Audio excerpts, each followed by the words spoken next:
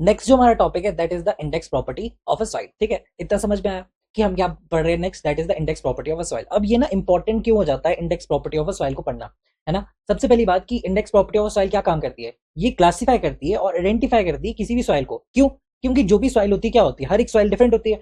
हर एक सॉइल अगर जो डिफरेंट होती है तो उनकी डिफरेंट डिफरेंट क्या होगी, प्रॉपर्टीज होगी। अगर जो डिफरेंट डिफरेंट प्रॉपर्टीज है, इन प्रॉपर्टीज को हमारे को क्या करना पड़ेगा, आइडेंटिफाई करना पड़ेगा, ताकि हम बोल सके कि ये सॉइल ठीक भी है कंस्ट्रक्शन के लिए कि नहीं है। ठीक है, सबसे पहली बात हम क्या क्या देखते हैं इंडेक्स प्रॉपर्टी ऑफ सॉइल में। सबसे पहले देखो water content, unit weight, specific gravity, entropy, activity, collapsibility, grain size distribution, consistency and the collapsibility. ठीक है, और इसका जो बेसिक कैरेक्टरिस्टिक्स है वो क्या है। अच्छा, ये बेसिक कैरेक्टरिस्टिक लिखने का मेरा मतलब क्या है, इसका मतलब ये है कि देखो ये जो बेसिक कैरेक्टरिस्टिक है ना किसी भी सॉइल के बारे में, वो हमें ये बताता है। कौन बताता है हमें? Index property of a soil हमें ये बताता है कि उसकी बेसिक कैरेक्टरिस्टिक क्या होगी। यानी जब मैं बात कर रहा हूँ देखो स्ट्रॉन्ग है या फिर वीक है। अब स्ट्रॉन्ग और वीक किसके लिए बोला जा रहा है, सॉइल की बात की जा रही है कि सॉइल जो है वो स्ट्रॉन्ग है, वीक है फॉर द कंस्ट्रक्शन पर्पज और not for the construction, for the construction. ठीक है, इसके लिए ये क्या है, सेफ है कि नहीं है। टू हमारे को क्या चेक करना पड़ता है यहाँ पे, सेफ्टी चेक के लिए हम क्या करते हैं, हम इसके बारे में पढ़ते हैं। देखो क्योंकि तुम्हारे दिमाग में ये होगा ना कि हम इंडेक्स प्रॉपर्टी ऑफ सॉइल क्यों पढ़ रहे हैं, तो देखो क्या है, क्योंकि हमें क्या कंस्ट्रक्शन के लिए सेफ्टी चेक्स देखने पड़ेंगे कि वो सॉइल जो है वो स्ट्रॉन्ग है कि वीक है। ठीक है, अगर सॉइल का मान लो कि अगर जो सॉइल का जो लिक्विड लिमिट है, अभी मैं पढ़ाऊंगा आपको लिक्विड लिमिट क्या होता है, तो अगर जो लिक्विड लिमिट अगर जिसका हाई होगा ना, तो इसका मतलब है कि उस सॉइल में जब बारिश पड़ेगी, ये जो सॉइल है ये नीचे ऊपर से जब हमारी बारिश पड़ेगी तो क्या होगा, ये जो सॉइल है ये क्या करेगी, एक्सपैंड करेगी। तो ये कौन बताएगा हमारे को, ये बताएगा कि अगर जो लिक्विड लिमिट हाई है, तो लिक्विड लिमिट कौन बताएगा, इंडेक्स प्रॉपर्टी में ही आता है हमारा लिक्विड लिमिट, जिसमें कि हम ये सारी चीजें पढ़ेंगे कि लिक्विड लिमिट क्या होती है, वो कंसिस्टेंसी में आता है। ठीक है, ये चीज किस में आती है, कंसिस्टेंसी में आती है। लिक्विड लिमिट, प्लास्टिक लिमिट, ये सब जो है हमें किस में पढ़ना है, कंसिस्टेंसी में पढ़ना पड़ेगा। तो देखो इंडेक्स प्रॉपर्टी में, देखो मैंने बोला कि इंडेक्स प्रॉपर्टी में अगर मैं कंसिस्टेंसी नहीं पढ़ूंगा तो मुझे कैसे पता चलेगा कि सॉइल का अगर जो लिक्विड लिमिट हाई है और बारिश आने पर सॉइल एक्सपैंड कर रही है। तो अगर जो मान लो कि ये हमारी क्या है, एक तरह की रोड है, और इस रोड के नीचे जो भी सॉइल है, अगर जो मान लो यहाँ पे कोई सॉइल है और ये सॉइल बार बार क्या कर रही है, मानसून आने पर एक्सपैंड कर रही है, तो यहाँ पे ये रोड ब्रेक्स होने के चांसेस ज्यादा बढ़ जाएंगे। ठीक है, दैट इज वाई हमें क्या पढ़ना पड़ेगा, यहाँ पे इसकी स्ट्रॉन्ग और वीकनेस जो है वो हमारे को कौन बताता है, इसकी इंडेक्स प्रॉपर्टी बताता है। ठीक है, दूसरा क्या है, दूसरा देखो सेफ्टी है या नहीं है, पानी का क्या इफेक्ट रहेगा, जैसे इसमें मैंने बताया कि पानी का क्या इफेक्ट रहेगा जब बारिश आएगी तो मानसून आएगा, तो वैसे वैसे इसके बेसिक कैरेक्टरिस्टिक जो है वो हमें पढ़ने जरूरी हो जाते हैं। इसमें और भी लिख सकते हैं इसमें, जैसे कि हमारे को क्या मिलता है, हेल्प क्या मिलती है इंडेक्स प्रॉपर्टी से, कि यहाँ पे बोल सकते हैं कि हम कॉस्ट और डिजाइन कर सकते हैं, कॉस्ट एंड डिजाइन जो है वो हम क्या कर सकते हैं, डिसाइड कर सकते हैं, डिसाइड कर सकते हैं, कर सकते हैं। ठीक है, कर सकते हैं लिखो यहाँ पे, हम क्या कॉस्ट और डिजाइनिंग डिसाइड कर सकते हैं। हम डिजास्टर से बच सकते हैं, कोई भी डिजास्टर होगा तो हमें पता लग जाएगा। डिजास्टर, डिजास्टर जैसे कि कोई भी फॉर एग्जांपल कोई सॉइल है ना। अब ये क्या है, ये आपके सामने सॉइल है। अब आपको क्या पता है इस सॉइल की जो अगर अगर इस सॉइल की ना शेयर स्ट्रेंथ क्या होगी, कम होगी। अगर इस सॉइल की शेयर स्ट्रेंथ कम होगी तो क्या होगा, तो यहाँ पे ना लैंडस्लाइड होने के चांसेस ज्यादा बढ़ जाते हैं। जैसे शिमला हिमाचल प्रदेश में होता है ना, या फिर उत्तराखंड में होता है, तो वहां पे क्या है कि सॉइल में अगर शेयर स्ट्रेंथ क्या होगी, कम होगी, तो हमें क्या पता चलेगा कि वहां पे लैंडस्लाइड होने के चांसेस बढ़ जाते हैं। दैट इज वाई हमें डिजास्टर में भी ये हेल्प करता है। अब कॉस्ट और डिजाइनिंग में कैसे हेल्प करता है, कि मान लो कोई भी सॉइल है, ठीक है, ये कोई सॉइल है। अब इस सॉइल में क्या है कि ज्यादा क्ले है। अगर इस सॉइल में ज्यादा क्ले है तो हम क्या बोल सकते हैं कि रोड बनाने के लिए हम जब इस सॉइल का इस्तेमाल करेंगे तो यहाँ पे हम सॉइल में स्टेबलाइजेशन डालेंगे। क्या बोलेंगे, स्टेबलाइजेशन डालना पड़ेगा, जिससे कि सॉइल क्या होगी हमारी, जिसकी वजह से सॉइल में क्या है कि वो एक्सपैंड ज्यादा नहीं होगी, या फिर दैट इज वाई हमें क्या है कि कॉस्ट और डिजाइनिंग में भी हेल्प करता है।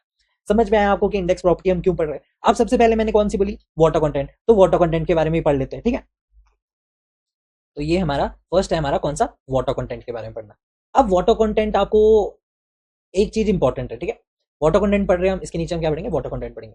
तो वाटर कंटेंट ना सबसे पहले इंपॉर्टेंट पॉइंट क्या है कि देखो एक होता है हमारा, ये हो गया हमारा क्या, ग्राउंड। ठीक है, इसको मैं क्रॉस क्रॉस से रिप्रेजेंट कर रहा हूँ, तो ये हो गया हमारा ग्राउंड, इसको क्या बोलेंगे, ग्राउंड लेवल। अब ग्राउंड लेवल के बीनीथ होता है हमारा क्या, ground water table, ground water table होता है। ठीक है, और इसको रिप्रेजेंट किससे करते हैं, उल्टे ट्रायंगल से रिप्रेजेंट करते हैं। ठीक है, तो यहाँ पे क्या होता है, यहाँ पे होता है हमारा फ्री, या फिर इसको बोलते हैं हम क्या, ग्रेविटी वाटर, ग्रेविटी वाटर बोलते हैं। जैसे कि आप हैंडपंप लगाते हैं कहीं पे, तो हैंडपंप से जो पानी आता है वो कौन सा आता है, ये वाला पानी आता है, तो आप इसको पीने के लिए इस्तेमाल कर सकते हैं। तो ये क्या है हमारा, free water and gravity water, इतना समझ में आ गया। दूसरा कौन सा है, कैपिलरी वाटर। कैपिलरी वाटर कौन सा है, जो यहाँ से राइज अप करता है, जैसे मैंने आपको पहले ही बताया पहली वीडियोज में कि ये क्या होता है हमारा, कैपिलरी वाटर, कैपिलरी वाटर। ठीक है, प्लांट्स वगैरह जब प्लांट्स वगैरह होंगे ना यहाँ पे ग्राउंड में, तो जो ये प्लांट्स होंगे वो एब्जॉर्व कहाँ से करती है, यहाँ रूट्स से कहाँ से एब्जॉर्व करती है पानी, यहाँ से एब्जॉर्व करती है ये पानी। ठीक है, तो इसको बोलते हैं हम कैपिलरी वाटर। दूसरा, अब इस ग्राउंड टेबल, ये जो ग्राउंड लेवल है ना, ये जो ग्राउंड लेवल है, यहाँ पे क्या होता है, अब जैसे सर्दी आ जाती है ना, तो सर्दियों में आपको क्या दिखेगा कि ग्राउंड के ऊपर ना यहाँ पे छोटे छोटे वाटर ड्रॉपलेट्स होते हैं। ठीक है, वो पता क्यों होता है, क्योंकि क्या है ना कि रात को देखो, जब रात होती है विंटर में तो क्या होता है, तो यहाँ पे बहुत ज्यादा टेम्परेचर क्या है, डाउन हो जाता है। अब टेम्परेचर डाउन हो जाता है तो यहाँ पे क्या होता है कि ड्यू पॉइंट से ना नीचे चल जाता है। ये जो ग्राउंड है ना, इस ग्राउंड का जो टेम्परेचर है, इस ग्राउंड का जो भी टेम्परेचर है वो ना ड्यू पॉइंट से नीचे चल जाता है, जिसकी वजह से क्या होता है कि यहाँ पे जो ग्राउंड पे आपको छोटी छोटी ये पानी की बूंदे दिखेगी, पानी की ड्रॉपलेट्स, ऐसा पानी की ड्रॉपलेट्स दिखती है। ठीक है, जैसे कि फॉर एग्जांपल तुम्हारी जो कार है, ठीक है, कार है, या फिर तुम 12 बजे तुम्हारे पार्क होगा कहीं पे, तो वहां पे आप जब चलोगे ना नंगे पांव, तो आपको लगेगा कि यार ये जो सॉइल है ना, ये थोड़ी क्या है, इसमें पानी है। ठीक है, ऊपर ऊपर से पानी है, या फिर जूते पहन के जाओगे तो यहाँ पे आपके जूतों में क्या लग जाएगा, पानी लग जाएगा। तो इस पानी को बोलते हैं हम adsorb water, adsorb water, adsorb water, जो इसकी सरफेस सरफेस पे ही रहती है। ठीक है, इसके सरफेस सरफेस पे ही रहती है, और ये हमारा एड्सॉर्ब वाटर हो गया। तो हमने तीन तरह के पानी की बात की। पहली, एक तो फ्री ग्रेविटी वाटर, फ्री और ग्रेविटी वाटर होता है, एक है कैपिलरी वाटर। ठीक है, और दूसरा तीसरा कौन सा, एड्सॉर्ब वाटर, जो कि इसके टॉप लेयर पे दिखेगा आपको। ठीक है, पानी की छोटी छोटी बूंदे, तो उन्हीं को हम क्या बोलते हैं, एड्सॉर्ब वाटर बोलते हैं। एक होता है पानी हमारा लास्ट वन जो हम अभी कर रहे हैं, that is the structural water. कौन सा वाटर, स्ट्रक्चरल वाटर। ठीक है, स्ट्रक्चरल वाटर के बारे में हम बात कर रहे हैं कि स्ट्रक्चरल वाटर बेसिकली है क्या। तो जैसे कि हम यहाँ पे क्या करें, यहाँ पे हम क्या करें, एक क्ले का पार्टिकल बना रहे हैं। ठीक है, इस क्ले के पार्टिकल में यहाँ पे इस तरह से एक डायग्राम बनाता हूँ मैं, फिर इसको मैं अंडरस्टैंड कराता हूँ, राइट। और ये क्या है हमारा, पानी।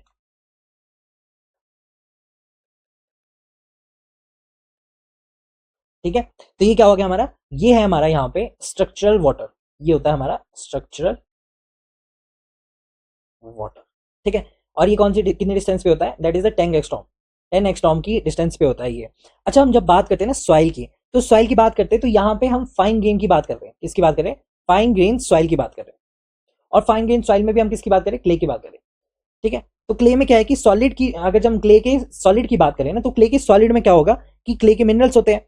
अब ये जो मिनरल्स होते हैं ना, दैट इज द मॉन्टमोंटोलाइट। ठीक है, अब क्ले का मिनरल कौन सा है, मॉन्टमोंटोलाइट। अब हम किसकी बात करें, यहाँ पे हम बात करें क्ले के सॉलिड की बात करें, जिसकी क्या होता है कि एक सिलिका शीट के बीच में दो गिप्साइड शीट्स होती है। ठीक है, और ये है हमारा क्या बोलते हैं, स्ट्रक्चरल वाटर। ठीक है, अब इंपॉर्टेंट ये है कि माय क्वेश्चन इज कि क्या आप 10 एंगस्ट्रॉम को देख सकते हो, नहीं देख सकते, तो ये बहुत ज्यादा छोटा होता है। ठीक है, तो इस 10 एंगस्ट्रॉम की जो एक यूनिट है ना, वो दूसरे के साथ बॉन्डेड है, जुड़ी हुई है, जो आपको दिख रहा है यहाँ पे, है ना। तो जो बॉन्डेड वाटर है, ये क्या होता है, ये जो बॉन्डेड वाटर है, जो बॉन्डेड वाटर, या फिर ये हमारी सॉलिड है ना, क्ले का सॉलिड है। अभी क्ले का सॉलिड ना बॉन्डेड है विद अ वाटर बॉन्ड। ठीक है, this is the water bond. आपको दिख रहा है कि देखो, एक सिलिका जो है दो गिप साइड से कनेक्टेड है, और ऊपर से यहाँ पे क्या है, एक वाटर बॉन्ड है। अब इस वाटर बॉन्ड की वजह से एक पूरा का पूरा क्या बनता है, क्ले का सॉलिड बनता है। अब इस पूरे क्ले, अच्छा 10 एंगस्ट्रॉम है, बहुत छोटा है, इसको आप नहीं देख सकते हो नेकेड आई से। अच्छा, यहाँ पे होता है प्रेजेंट एक वाटर।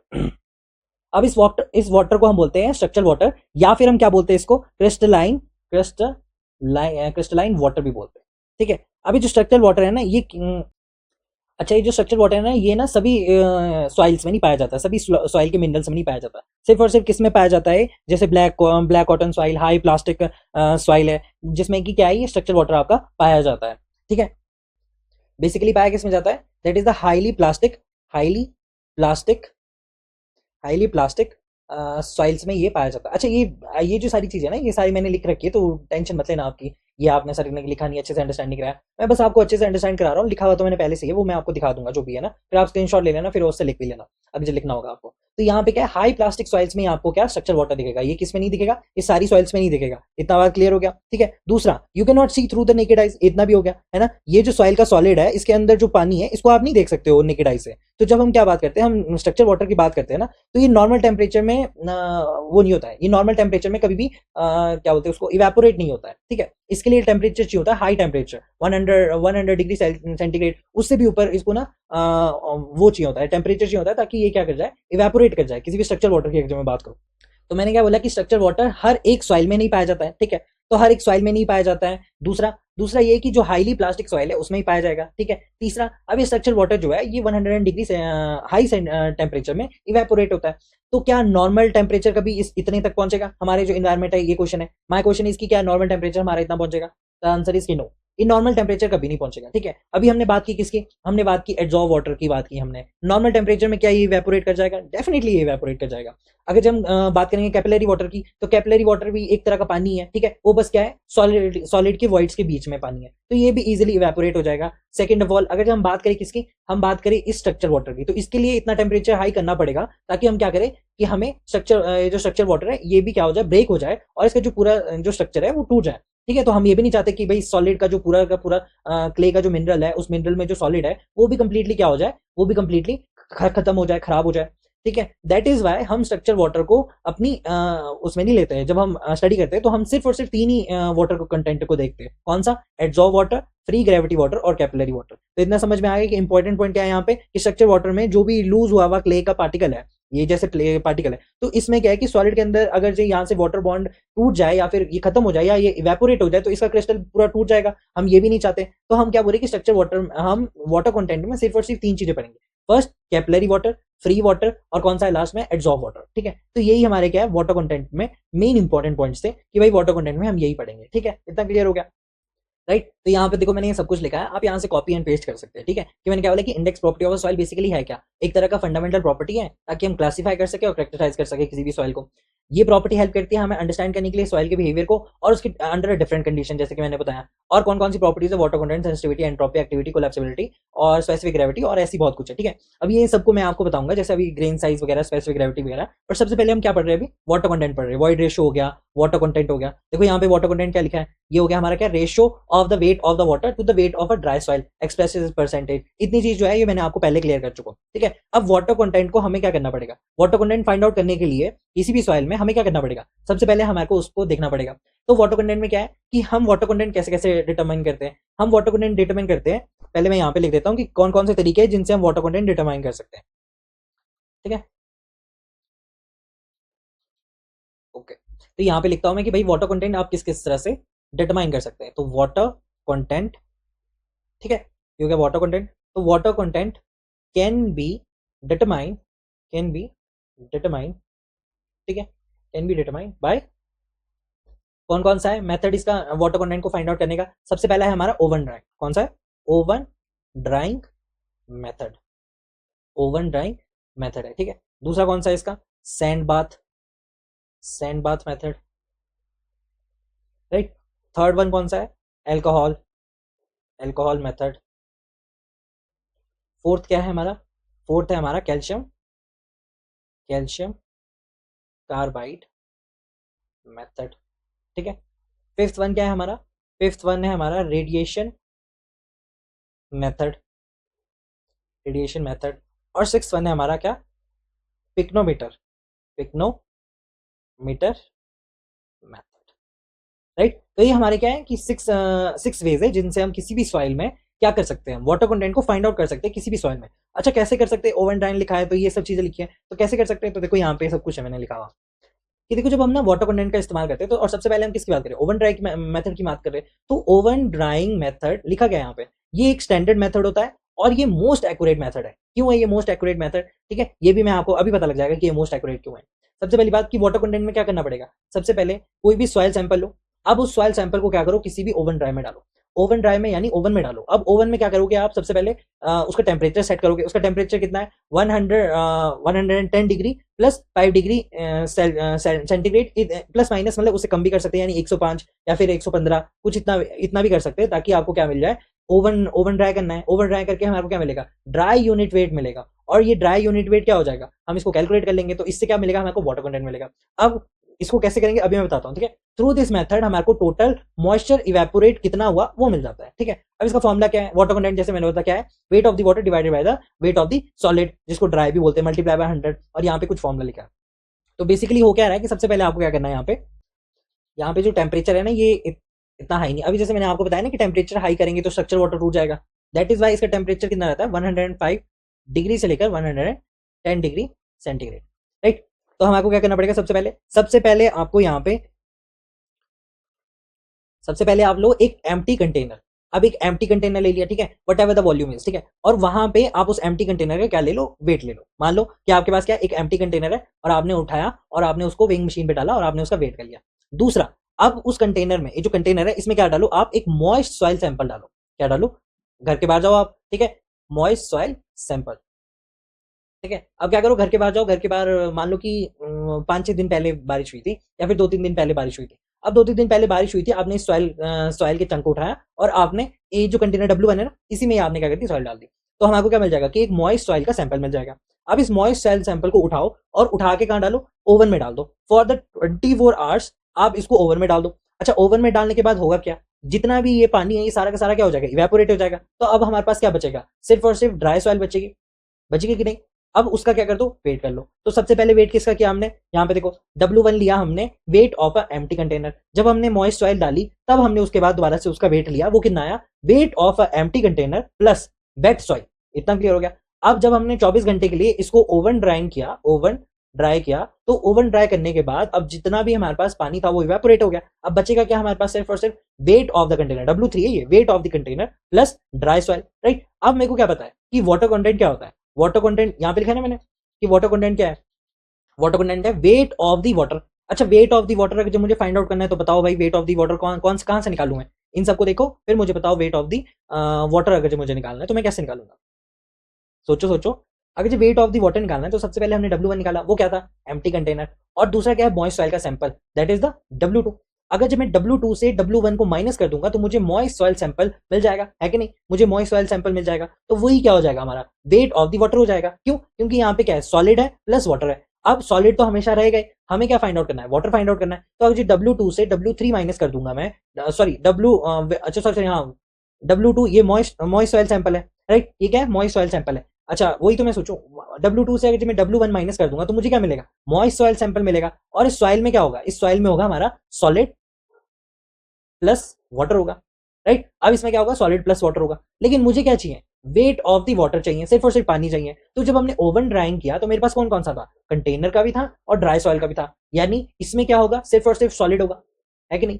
अब मैं अगर जो W3, this is the W3, अगर मैं W3 से W2 माइनस कर दूं तो मुझे क्या मिलेगा, सॉलिड से सॉलिड कट जाएगा, कंटेनर का वेट से कंटेनर का वेट कट जाएगा, बचेगा क्या, सिर्फ और सिर्फ पानी बचेगा। तो यहाँ से क्या निकालना था मुझे, सिर्फ और सिर्फ पानी निकालना था। क्यों, क्योंकि W निकालना था और वो कितना हो जाएगा, W3 से अगर मैं W2 माइनस कर दूं तो कंटेनर कंटेनर का वेट कट गया, मॉइस्ट सॉलिड सॉलिड का वो कट गया, बचेगा कौन सा, सिर्फ और सिर्फ वाटर। तो यहाँ पे मुझे वेट ऑफ द वाटर मिल जाएगा। दूसरा, divided by the weight of the solid. अच्छा वेट ऑफ द सॉलिड चाहिए तो वेट ऑफ द सॉलिड कहां से आएगा, यहीं से आ जाएगा डायरेक्टली W3 से। अब W3 में क्या क्या है, कंटेनर भी है और ड्राई सॉइल भी है, और सॉइल में क्या है, सिर्फ और सिर्फ सॉलिड। मुझे कंटेनर काटना है तो W1 से काट दूंगा। अगर मैं W1 से काट दूंगा तो यहाँ पे क्या आ जाएगा, W3 माइनस W1, मेरे पास क्या आ जाएगा, सॉलिड का वेट आ जाएगा। तो इतना क्लियर हो गया कि हम वाटर कंटेंट अगर निकालना चाहते हैं, और सबसे मोस्ट एक्यूरेट मेथड कौन सा है हमारा, मोस्ट एक्यूरेट मेथड है हमारा ओवन ड्राई मेथड, ठीक है, राइट। जैसे कि अच्छा मैंने बताया नहीं है दूसरा कि क्यों है, ये ना सबसे एक्यूरेट मेथड इसलिए है ना, सबसे पहली बात कि एक्यूरेट मेथड क्यों है, क्योंकि ना ये 100% जो हमारा मॉइस्चर है ना उसको क्या कर देता है, पूरा की पूरी तरह से ये निकाल देता है, ठीक है। दैट इज वाई क्या है, ये इंपॉर्टेंट है। और भी इसके प्योर रीजन है। सबसे पहली बात कि पूरा का पूरा पानी निकाल देता है, यानी 100, जब हम क्या करते हैं 105 से लेकर 110 डिग्री सेंटीग्रेड पे जब हम इसको ड्राई करते हैं तो ये पूरा का पूरा पानी अब्जॉर्ब कर देता है। अब पूरा का पूरा पानी का क्या मतलब है, पूरा का पूरा पानी मतलब ये है कि जो एड्जॉर्ब वाटर होता है ना, एड्जॉर्ब्ड वाटर होता है, एड्जॉर्ब वाटर होता है, उसको भी क्या कर देता है, ये इवेपोरेट कर देता है। अब ये इवेपोरेट कर देता है, दैट इज वाई क्या है, ये बेस्ट मेथड है। क्यों, क्योंकि 100% मॉइस्चर को इवेपोरेट कर लेता है। दूसरा, ये ना लैब टेस्टेड और स्टैंडर्ड भी है। सेकंड क्या है, ये ना लैब टेस्टेड और स्टैंडर्ड और स्टैंडर्डाइज्ड भी है। क्यों है ऐसा, क्योंकि देखो IS 2570 2750 है, 2750 जो है ना हमारा, उसमें उसके जो पार्ट 2 है 2750 पार्ट 2, और क्या है ASTM D2216, ये ना इंटरनेशनल क्या होते हैं, ये होते हैं इंटरनेशनल स्टैंडर्ड। ये क्या होते हैं, इंटरनेशनल स्टैंडर्ड्स। ये ना इंटरनेशनल स्टैंडर्ड से भी अप्रूव्ड है कि ओवन ड्राइंग करने पे क्या है, ये ट्रस्टेड भी रहता है। और हर लैब जैसे IITs होती है ना, IITs हो गया, या फिर कौन सी NICMAR जो है, इसका यूज किया जाता है, किसका, ओवन ड्राइंग मेथड का, oven drying method. That is why ये क्या है, लैब टेस्टेड भी है और स्टैंडर्डाइज भी है। दैट इज वाई इसको बोलते हैं कि मोस्ट करेक्टर भी है। दूसरा, तीसरा कौन सा है कि सारी की सारी जितनी भी सॉइल है, जैसे कि सिल्ट हो गया, क्ले हो गया, सैंड हो गया, या फिर क्या हो गया, लोम हो गया, ये ना किसी भी सॉइल के लिए इस्तेमाल किया जाता है, और ये हमेशा क्या देगा हमारे को, एक्यूरेट रिजल्ट देगा। That is why it is also क्या ये मोस्ट एक्यूरेट मेथड है। दूसरा, जब हम बात करते हैं ह्यूमन एरर की, तो ह्यूमन एरर तो इसमें बिल्कुल भी नहीं है। क्यों नहीं है ह्यूमन एरर, देखो जब आप ओवन ड्राइव में डाल दोगे तो ओवन ड्राइव में क्या होगा, वो कंप्लीटली 24 आवर्स के लिए बिल्कुल स्टडी है। अब उसमें क्या है कि आप देखो बाद में निकालोगे, ड्राई सॉइल निकालना है, बस आपको वेट ही तो करना है। तो इसमें क्या है कि ये इसलिए भी एक्सेप्टेबल है। दूसरा, हम रिसर्च और कॉन्ट्रैक्ट में भी इसका इस्तेमाल करते हैं, यानी ये भी मोस्ट एक्सेप्टेबल आंसर देता है। तो हम क्या लिख सकते हैं, तो ये सारी चीजें ठीक है, यही है। बस इसमें लिमिटेशन क्या हो जाती है, इसकी जो लिमिटेशन है वो क्या है, 24 आवर्स। प्रॉब्लम ये आ जाती है कि देखो आपको 24 आवर्स तक वेट करना पड़ेगा, एक दिन वेट करना पड़ेगा, जिससे कि क्या है आपको टाइम लग जाएगा बस, है ना। ये टाइम टेकिंग प्रोसेस है, बाकी है ये मोस्ट एक्यूरेट मेथड, ठीक है। दूसरा, over heating effect on a organic soil. अब ऑर्गेनिक सॉइल क्या हो जाता है, देखो अब देखो कोई भी जैसे हमने पीट सॉइल की बात की थी कि नहीं, क्या बोला था हमने, जब हम ऑर्गेनिक सॉइल की बात करते हैं ना, तो ऑर्गेनिक सॉइल में जैसे कि हमने पीट की बात की थी, तो पीट सॉइल में जब हम इस्तेमाल करेंगे किसका, ओवन ड्राइंग का मेथड का इस्तेमाल करेंगे, ओवन ड्राइंग मेथड का इस्तेमाल करेंगे। इफ वी यूज तो क्या होता है कि जब हम ना उसको डायरेक्टली यूज नहीं कर सकते ओवन ड्राइंग में, क्यों, क्योंकि 105 से लेकर 110 डिग्री सेंटीग्रेड से क्या हो जाता है कि ऑर्गेनिक मैटर है ना, जो ये क्या होता है, ऑर्गेनिक मैटर जो है किसी भी सॉइल का, जो भी हमारा ऑर्गेनिक मैटर होगा ना, वो ना जल सकता है। अगर ये जल सकता है, तो ये जल सकता है। दूसरा क्या है, इसमें न्यूट्रिएंट्स होते हैं, वो क्या हो सकते हैं, डिस्ट्रॉय हो सकते हैं, ठीक है। इतने हाई टेम्परेचर में न्यूट्रिएंट्स के डिस्ट्रॉय हो सकते हैं। दूसरा, ये हमारे को फॉल्स रीडिंग दे सकता है, false reading, false moisture reading हमारे को देगा ये। क्यों, क्योंकि हम ओवन ड्राइंग का इस्तेमाल ऑर्गेनिक के लिए यूज कर रहे हैं, ठीक है, क्योंकि इतने हाई टेम्परेचर है। अब कई बच्चे बोलेंगे कि अगर जो हाई टेम्परेचर तो टेम्परेचर कम कर दो, इसके लिए अगर जब हम नॉर्मल सॉइल को देखते हैं तो 24 आवर्स सकते हैं, लेकिन जब हम बात करेंगे किसकी, ऑर्गेनिक सॉइल की, तो हम ओवन ड्राई मेथड तो यूज कर सकते हैं, ठीक है, पर टेम्परेचर कम करना पड़ेगा। अब टेम्परेचर कितना कम करना पड़ेगा, वो करना पड़ेगा अराउंड 60 से लेकर 80 डिग्री सेल्सियस तक हमें यूज करना पड़ेगा। लेकिन यहाँ पे दिक्कत क्या आ जाएगी, यहाँ पे आपको मोर देन 48 टू 72 घंटे आपको वेट करना पड़ेगा in order to get a result, in order to get a result. ये प्रॉब्लम आ जाती है हमारी, अगर जो हम ऑर्गेनिक, यानी फॉर एग्जांपल जैसे यहाँ पे एग्जांपल क्या था, पीट सॉइल थी, जिसमें क्या ऑर्गेनिक मैटर ज्यादा है, तो यहाँ पे क्या होता है कि ऑर्गेनिक मैटर के जलने के चांसेस ज्यादा हो जाते हैं, न्यूट्रिएंट्स के लूज होने के चांसेस ज्यादा हो जाते हैं। दूसरा, फॉल्स मॉइस्चर रीडिंग मिलने हमारे को शुरू हो जाएगा। इनके अगर जो ऑर्गेनिक का इस्तेमाल करना होता है ना, तो सबसे बेस्ट होता है फॉर ऑर्गेनिक जो बेस्ट होता है ना, बेस्ट ऑप्शन रहता है इसके लिए, वो होता है हमारा वैक्यूम ओवन का इस्तेमाल करना। अच्छा, वैक्यूम ओवन में ऐसा क्या होता है, देखो वहां पे क्या है कि प्रेशर, जो वैक्यूम होता है वहां पे क्या है, प्रेशर कम है। अच्छा, प्रेशर कम है तो क्या होगा, जब प्रेशर कम है तो 50 डिग्री सेल्सियस में भी पानी क्या हो जाता है, इवेपोरेट हो जाता है। दैट इज वाई बेस्ट जो ऑप्शन है हमारे पास ऑर्गेनिक है। और 50 डिग्री सेल्सियस है तो वहां पे ऑर्गेनिक मैटर जलेंगे भी नहीं, और दूसरा उनकी न्यूट्रिएंट्स भी लूज नहीं होंगे, ठीक है। और भी तरीके हैं, जैसे अभी मैं बताऊंगा आपको, कैल्शियम कार्बाइड है, या फिर माइक्रोवेव डाइंग है, ड्राइंग है, ऐसे बहुत सारे है, ठीक है। दूसरा क्या है कि सैंपल का ना ये क्रश हो जाएगा, अगर जब हम इतने उसमें टेम्परेचर में यूज करेंगे ना, तो सैंपल हमारा क्या हो सकता है, क्रश हो सकता है, ठीक है। दैट इज वाई, और इसमें और भी क्या चीजें करनी पड़ती है, इसमें बहुत सारी प्रिकॉशन लेनी पड़ती है। अगर जो ऑर्गेनिक का करना पड़ता है ना, तो इसमें क्या करना पड़ता है, आपको बार बार वेट चेक करना पड़ता है कि वेट अगर जो कांस्टेंट आ गया, फिर अगर जैसे 48 से लेकर 72 आवर्स तक है कि रेंज है इसकी, तो हमको बार बार इसमें मतलब ऐसे नहीं कि 1-2 मिनट के बाद, पर ये कि काफी 1-2 घंटे के बाद हमें चेक करना पड़ता है कि देखो वेट अगर जो कांस्टेंट आ गया, तो इसका मतलब क्या है कि मॉइस्चर पूरा का पूरा कंप्लीटली खत्म हो चुका है, और ऑर्गेनिक मैटर भी जले नहीं है। क्यों, क्योंकि टेम्परेचर हमारा डाउन, मतलब हमारे को 24-24 घंटे के बाद देखना पड़ता है, ठीक है, कि 24-24 घंटे के बाद देखो कि भाई वेट जो है हमारा क्या हो गया, वो नॉर्मल हो गया। अगर जो मतलब वेट कांस्टेंट हो गया, अगर जिसका वेट कांस्टेंट हो जाएगा, तो हमें क्या लगेगा कि भाई मॉइस्चर सारा उड़ चुका है, और क्या बोलते हैं हमारे को ये मिल चुका है। तो इतना समझ में आया क्या है। वैसे ही क्या हुआ था एक बार केरला में ना, मतलब एक फील्ड थी, पैडी फील्ड, तो वहां पे साइंटिस्ट ने क्या किया कि पीट सॉइल ली, ठीक है, और पीट सॉइल को अब मैं बता रहा हूँ टाइम, ये जो टाइम है ना आपको 48 टू 78, वहां पे क्या किया उन्होंने, एक पीट soil Lee.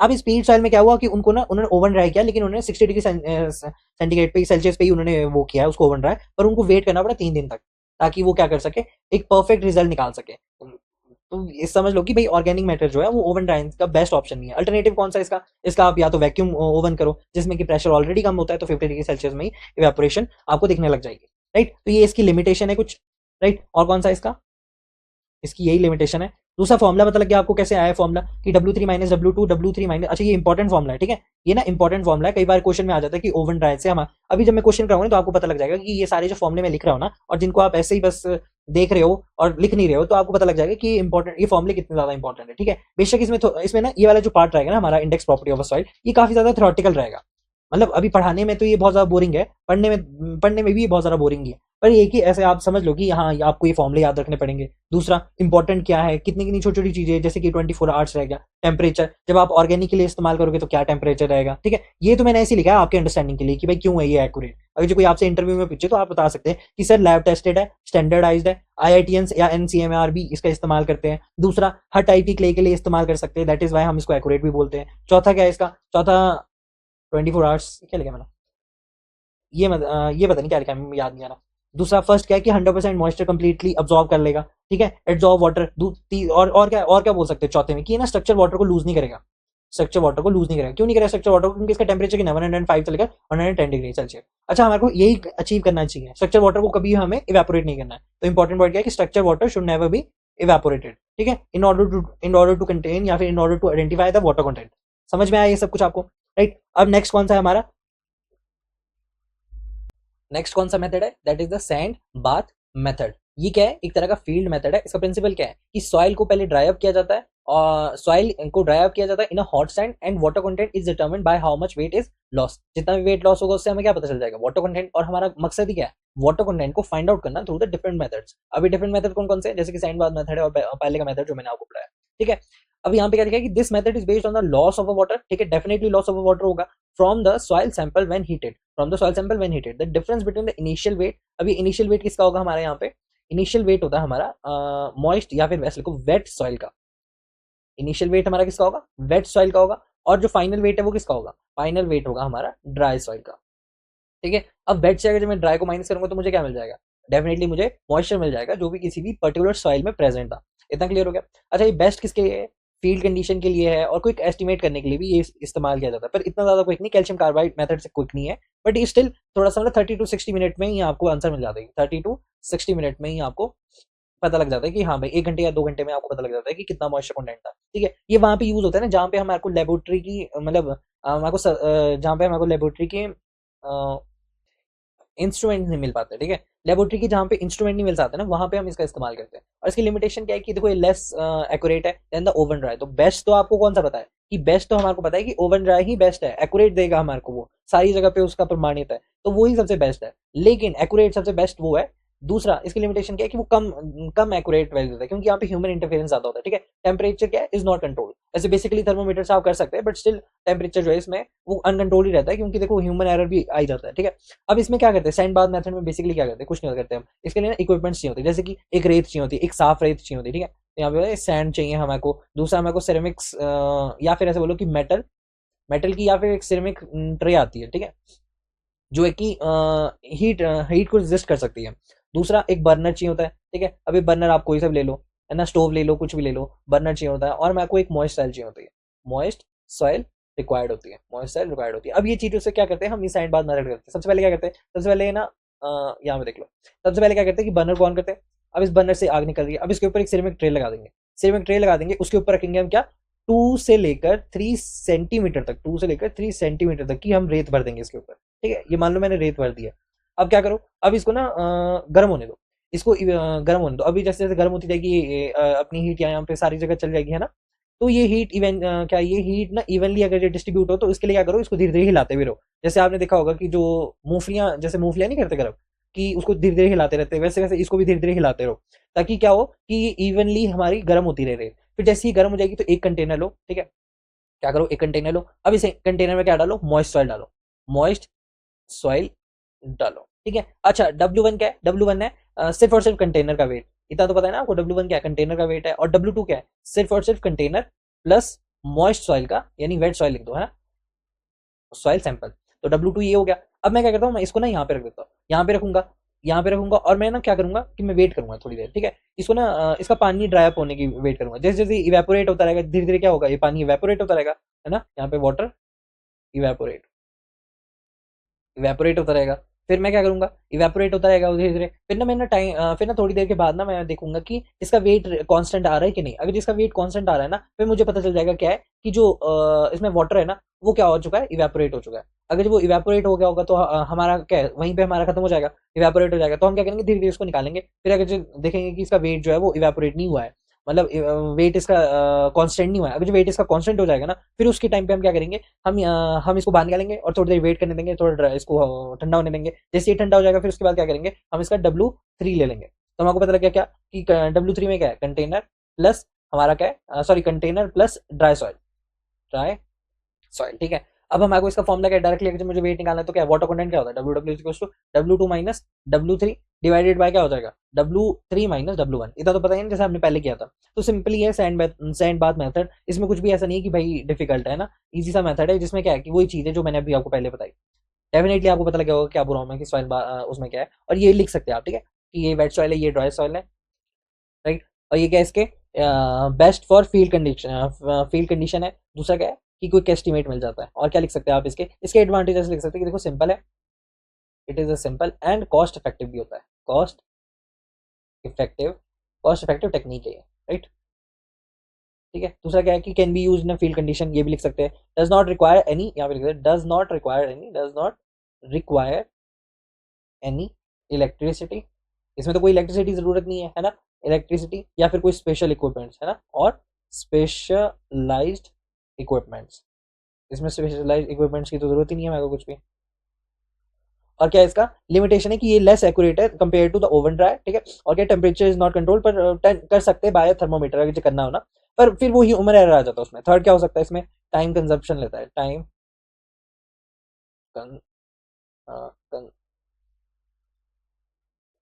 Consuming time consuming compare to modern, जैसे कैल्शियम कार्बाइड है ना, मैं आपको बताऊंगा जैसे ये वाला मेथड है, कंपेयर टू क्या modern, compare to modern moisture meters, moisture meters. तो ये क्या होगी, इसकी लिमिटेशन होगी। बस इतना ही लिखना है आपको सैंडबाग मेथड में, इतना। नेक्स्ट कौन सा है हमारा, that is the calcium carbide method, ठीक है, कैल्शियम कार्बाइड मेथड। अच्छा तुम्हारे मान लो कि कल आ रहे हैं मंत्री जी, ठीक है, एक एग्जांपल ले लो कि कल आ रहे हैं आपके यहाँ पे मंत्री जी, और आपको क्या बोलते हैं, आपको बोला कि रोड बनाओ भाई। अगर जो रोड बनानी है तो सबसे पहले क्या बताना चाहिए आपको, सॉइल में कितना मॉइस्चर कंटेंट है, वरना रोड टूट फूट जाएगी, बोलेंगे कि मंत्री जी आए थे तब तक चली, उसके बाद टूट फूट की। तो आपको सॉइल का मॉइस्चर कंटेंट फाइंड आउट करना है। तो मॉइस्चर कंटेंट फाइंड आउट करना है, तो किसी बच्चे ने बोला कि सर हम मॉइस्चर कंटेंट अगर वाटर कंटेंट अगर हम फाइंड आउट करना चाहते हैं तो हम क्या करेंगे कि हम सर ओवन ड्राई का इस्तेमाल करेंगे। तो बच्चे ओवन ड्राइंग का अगर इस्तेमाल करोगे तो आपको 24 आवर्स तक क्या करना पड़ेगा, वेट करना पड़ेगा, ठीक है। और इसके अल्टरनेट मेथड भी है, जरूरी नहीं है आप मोस्ट एक्यूरेट की तरफ जाओ, ठीक है। ओवन ड्राइंग जो है वो मोस्ट एक्यूरेट होता है, लेकिन आप कोई और मेथड भी इस्तेमाल कर सकते हैं, that is the calcium carbide method. अब मैं कैल्शियम कार्बाइड मेथड क्यों बोल रहा हूँ, क्योंकि देखो इसके नाम में ही लिखा है कि वो रैपिड मॉइस्चर मीटर है, यानी वो ना 5 से लेकर 10 मिनट में ही क्या दे देगा आपको, आंसर दे देगा। 5 से लेकर 10 मिनट तक, ठीक है, 5 से लेकर 10 मिनट में ही आप क्या दे देगा, आंसर दे देगा आपको। यानी आपको क्या बता देगा कि कितना वाटर कंटेंट है किसी भी सॉइल में। तो बेसिकली अगर जो आपको बोलेंगे इंटरव्यू में पूछेंगे कि मान लो कि आपको अगर जो वो करना है, तो रीजन के साथ देना है कि देखो बेस्ट और एक्यूरेट तो कौन सा है हमारा, ओवन ड्राई ही है, लेकिन जो हमारे को फास्ट अगर जो वाटर कंटेंट निकालना है तो हम कौन सा यूज करेंगे, that is the calcium carbide method इस्तेमाल करेंगे, राइट। अच्छा अब यहाँ पे लिखा क्या है कि देखो सॉइल का रिएक्शन है with the calcium carbide and acetylene gas. Soil का रिएक्शन है, क्या है कि सॉइल का रिएक्शन है विद द कैल्शियम कार्बाइड क्या होता है, CaC2, ठीक है, and the acetylene gas C2H2। Calcium carbide का रिएक्शन है and the acetylene gas and release the moisture meter pressure measure it, ठीक है। Meter directly show a water content percentage of a soil in terms of a total mass of a soil, ठीक है। अभी समझ नहीं आएगा, मैं बताता हूँ क्या करना है कि देखो एक तरह का क्या होता है, सीएम टेस्टर होता है। क्या होता है ये, सीएम मीटर लिख दो उसको या फिर टेस्टर लिखो, ठीक है, सीएम टेस्टर, राइट। क्या बोलते हैं इसको, सीएम टेस्टर, या फिर ऐसे बोलो कि कार्बाइड मॉइस्चर को टेस्ट करने वाला एक इंस्ट्रूमेंट, ठीक है, टेस्टर, ठीक है। और क्या है, और है यहाँ पे air tight flask, it is the air tight flask, ठीक है। एयर टाइट फ्लास्क क्यों है, क्योंकि ये जो एसिटिलीन गैस होती है ना, ये हार्मफुल होती है for the human body, that is why air tight flask होना चाहिए। तो यहाँ पे करना क्या है, सबसे पहले क्या करना है, आपको एक मॉइस्ट सॉइल लेनी है, ठीक है। एक मॉइस्ट सॉइल लेनी, कौन सी, जिसमें क्या हो, सॉइल में वेट सॉइल हो, इस सॉइल को लो। दूसरा आप लो कैल्शियम कार्बाइड पाउडर।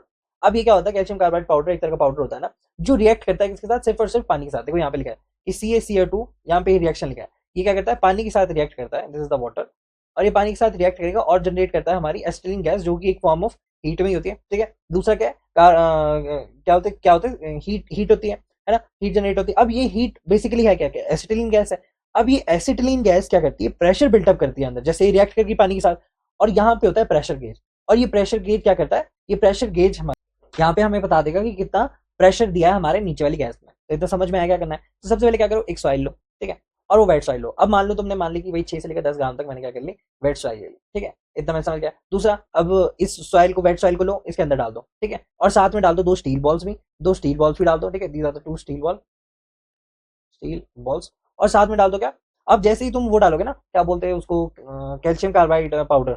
अब वो कैल्शियम कार्बाइड पाउडर आपने लेना है थोड़ा सा, है ना, थोड़ा सा पाउडर लेना है। वो कितना लेना है, 2 से लेकर 3 ग्राम तक, अगर 6 से लेकर 10 ग्राम तक आपने सॉइल का सैंपल लिया है तो 2 से लेकर 3 ग्राम तक आप क्या लोगे, पाउडर लोगे। अब ये पाउडर को क्या करो, पाउडर को इसके अंदर डाल दो और एकदम से बंद कर दो उसको, ताकि क्या हो, एसिटिलीन कोई भी अगर जो फर्दर रिएक्शन हो, जैसे कि यहाँ पे मान लो कि इसके सरफेस पे क्या है, एड्सॉर्ब वाटर है, तो अगर जो उसके सरफेस पे एड्सॉर्ब वाटर होगा तो क्या हो जाएगा, वो एकदम से रिएक्ट कर जाएगा और एसिटिलीन गैस हमारी क्या हो जाएगी, एस्केप आउट हो जाएगी।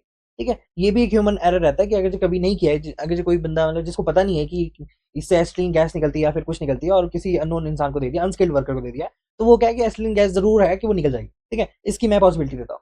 तो यहाँ पे क्या है कि फटाफट से एकदम से बंद कर देना और फटाफट से यहाँ से लॉक कर देना, यहाँ पे लॉक होता है। अच्छा, फिर लॉक कर देंगे, फिर क्या होगा, फिर क्या होगा कि आपको 2 स्टील बॉल्स है ना, आपने क्या करना है कि 30 सेकंड्स तक, फॉर द 30 सेकंड्स इसको क्या करना है, विग्रेसली हिलाना है। ठीक है, इसको क्या करना है, विग्रेसली हिलाना है। अब इसको आप शेक करोगे, ठीक है, अब जैसे शेक करोगे तो फिर क्या होगा, अब जब शेक करोगे तो सारा का सारा जो पाउडर है वो किसके साथ रिएक्ट करने लग जाएगा, सारा सारा पाउडर सॉइल में घुल जाएगा अच्छे से, और यहाँ पे प्रेजेंट जो H2O वाटर के मॉलिक्यूल्स है उसके साथ क्या करेगा, रिएक्ट करेगा। अब जैसे ही वो रिएक्ट करेगा तो वो क्या बनाएगा, एसिटिलीन गैस बनाएगा, C2H2 बनाएगा, और C2H2 क्या करेगी, यहाँ पे इसकी प्रेशर गेज पे, इसमें ना यहाँ पे प्रेशर गेज है, तो ये क्या करेगी, हमारा प्रेशर कैलकुलेट करेगी। तो ये प्रेशर कैलकुलेट करेगी पीएसआई में, है ना, तो ये प्रेशर कैलकुलेट करेगी। अच्छा, फिर बोलोगे आप सर कि ये तो पीएसआई में कैलकुलेट करेगी, तो ये कैसे, मतलब हमको वाटर कंटेंट कैसे बताएंगे हमारे को। तो ये क्या बताएगी ना, एक ना कैलिब्रेटेड चार्ट होता है, ठीक है, यहाँ पे बनाया होगा मैंने, ये जो है, ठीक है, एक ना कैलिब्रेटेड चार्ट होता है। जैसे कि यहाँ पे क्या है कि यहाँ पे एक्स वाई लिखा है, तो ऐसे लिखा है, आप ऐसे समझो कि देखो यहाँ पे क्या है, मान लो कि यहाँ पे 0.5 psi करके आया, ठीक है, इतना प्रेशर लगाया, तो इसके साथ में हमारे पास क्या मिलता है, मॉइस्चर कंटेंट, मॉइस्चर कंटेंट। ठीक है, ऐसा ही होता है एक चार्ट ना। यहाँ पे क्या होता है, प्रेशर होता है, प्रेशर psi में या फिर बार्स में। ठीक है, यहाँ पे होगा 0.5 होगा, जैसे यहाँ पे 1 psi होगा, है ना, 2 psi होगा, यानी 1.5 1.5 psi, फिर 2 psi, ऐसा करके कैलिब्रेटेड चार्ट होता है जिसमें क्या लिखा होता है, 0.5 psi होगा तो उसके सामने मान लो कि 2% है, ठीक है, 1 के पास 4% है, इसके पास कितने 6% है, ये कितनी है 8% है। तो ऐसे ऐसे करके हमारे को कैलिब्रेटेड चार्ट दिया होता है, तो जैसे जैसे आपको प्रेशर पता लग जाएगा, आपको दिख जाएगा वहाँ पे प्रेशर गेज में कि क्या प्रेशर है, मान लो कि 1.5 psi है, ठीक है, मान लो कि कुछ वो है, तो तुम्हारे क्या पता कि उसके कॉरेस्पॉन्डिंग 6% है। ठीक है, अब क्या है, तुम्हारे को पता लग गया हाँ भाई 6% है, तो ऐसे नहीं कि तुमने उसके बाद क्या, उसके बाद इसे खोलना है, तो ये हाईली फ्लेमेबल होता है ये स्टिलिंग गैस। ठीक है, दूसरा ये ना हार्मफुल भी होता है हमारे लिए, तो थोड़ा सा मतलब दूर रह के इसे खोलना है और फिर दोबारा से रिपीट करना है, 2-3 बार अगर रिपीट करोगे तो आपको एक्यूरेट, मतलब क्लोज टू एक्यूरेट रिजल्ट मिल सकता है आपको। इसमें भी ऐसा नहीं है कि इसमें नहीं मिलेगा कि भाई ओवन ड्राइव में मिलेगा, पर ऐसा है कि वो ओवन ड्राइव से तो हमेशा क्या रहेगा, कम ही रहेगा, ओवन ड्राइव से हमेशा कम ही रहेगा। अब क्वेश्चन आता है कि सर क्यों इसमें ये क्यों नहीं है मोस्ट एक्यूरेट। देखो मोस्ट एक्यूरेट ये इसलिए नहीं है ना, क्योंकि देखो यहाँ पे क्या है, कैलिब्रेटेड चार्ट है। अब जब कैलिब्रेट करते हैं हम तो वहां पे क्या होता है कि बिल्कुल हम फील के हिसाब से तो करते नहीं, कैलिब्रेट कैलिब्रेट करते हैं हम लेबोरेटरी के हिसाब से, ठीक है, कि बिल्कुल परफेक्शन के साथ करते हैं। पर एक्चुअल में जब हम देखते हैं इस इंस्ट्रूमेंट में क्या पता कोई खराबी हो, है ना, ये प्रेशर गेज इतने अच्छे से काम नहीं कर रहा है, मान लो कि 2-3 महीने के बाद निकाला है चीज को, तो पता चल जाएगा कि भाई प्रेशर गेज जो है वो थोड़ा सा मतलब इतना ज्यादा एक्यूरेट नहीं आंसर दे रहा है। ठीक है, क्योंकि ये बिल्कुल इसके साथ ही क्या है, कैलिब्रेटेड है कि भाई देखो जितना प्रेशर आएगा उतना ही आपको मॉइस्चर कंटेंट आएगा। तो जरूरी ये है कि हमारे को सारा का सारा जितना भी मॉइस्चर है ना, वो सारा का सारा क्या है, प्रेशर में कन्वर्ट हो जाए, है ना। अब मान लो कि इसके बीच में क्या हो जाए कि मतलब कोई भी फैक्टर्स है, यहाँ पे लिख सकते हैं कि factor affecting the calibrating chart, जैसे कि कोई भी सॉइल का टाइप है, ठीक है, अब कोई सैंडी सॉइल होगी वो ज्यादा जल्दी रिएक्ट करेगी, जैसे कि सैंडी सॉइल होगी ना, उसमें जो सॉइल होगा वो इजिली रिएक्ट कर जाएगा। और अगर जब हम बात करें किसकी, क्लेई सॉइल की, तो क्लेई सॉइल में क्या होता है, जो उसमें बहुत ही फाइन पार्टिकल्स होते हैं, तो फाइन पार्टिकल्स की वजह से क्या है कि यहाँ पे इसके अंदर ना वाटर होल्ड हो सकता है, और इस वाटर के होल्ड होने की वजह से क्या है कि क्या पता यहाँ पे हमारा क्या पता पाउडर पहुंचे ना, दैट ये भी एक रीजन हो सकता है ना। और इसमें ना जो वाटर होता है वो टाइटली बॉन्डेड होता है, दैट इज वाई कि इसको इसके साथ रिएक्ट करना या फिर इसको तोड़ना ना थोड़ा सा मतलब फास्टर नहीं है एज कम्पेयर टू सैंडी है। ठीक है, और मे बी कुछ वाटर कंटेंट बच जाए इसमें। ठीक है, दूसरा टेम्परेचर, अब जब हम टेम्परेचर की बात करते हैं तो हाई टेम्परेचर ना हमारा गैस के प्रेशर को बढ़ा देता है, तो गैस के प्रेशर को बढ़ा देता है जिसकी वजह से क्या है, हमारी रीडिंग खराब हो जाएगी। क्यों, क्योंकि सारी की सारी किससे, हमारे प्रेशर से ही है। और दूसरा क्या है कि फॉर एग्जाम्पल पार्टिकल साइज है, यहाँ पे जो पार्टिकल के साइजेस है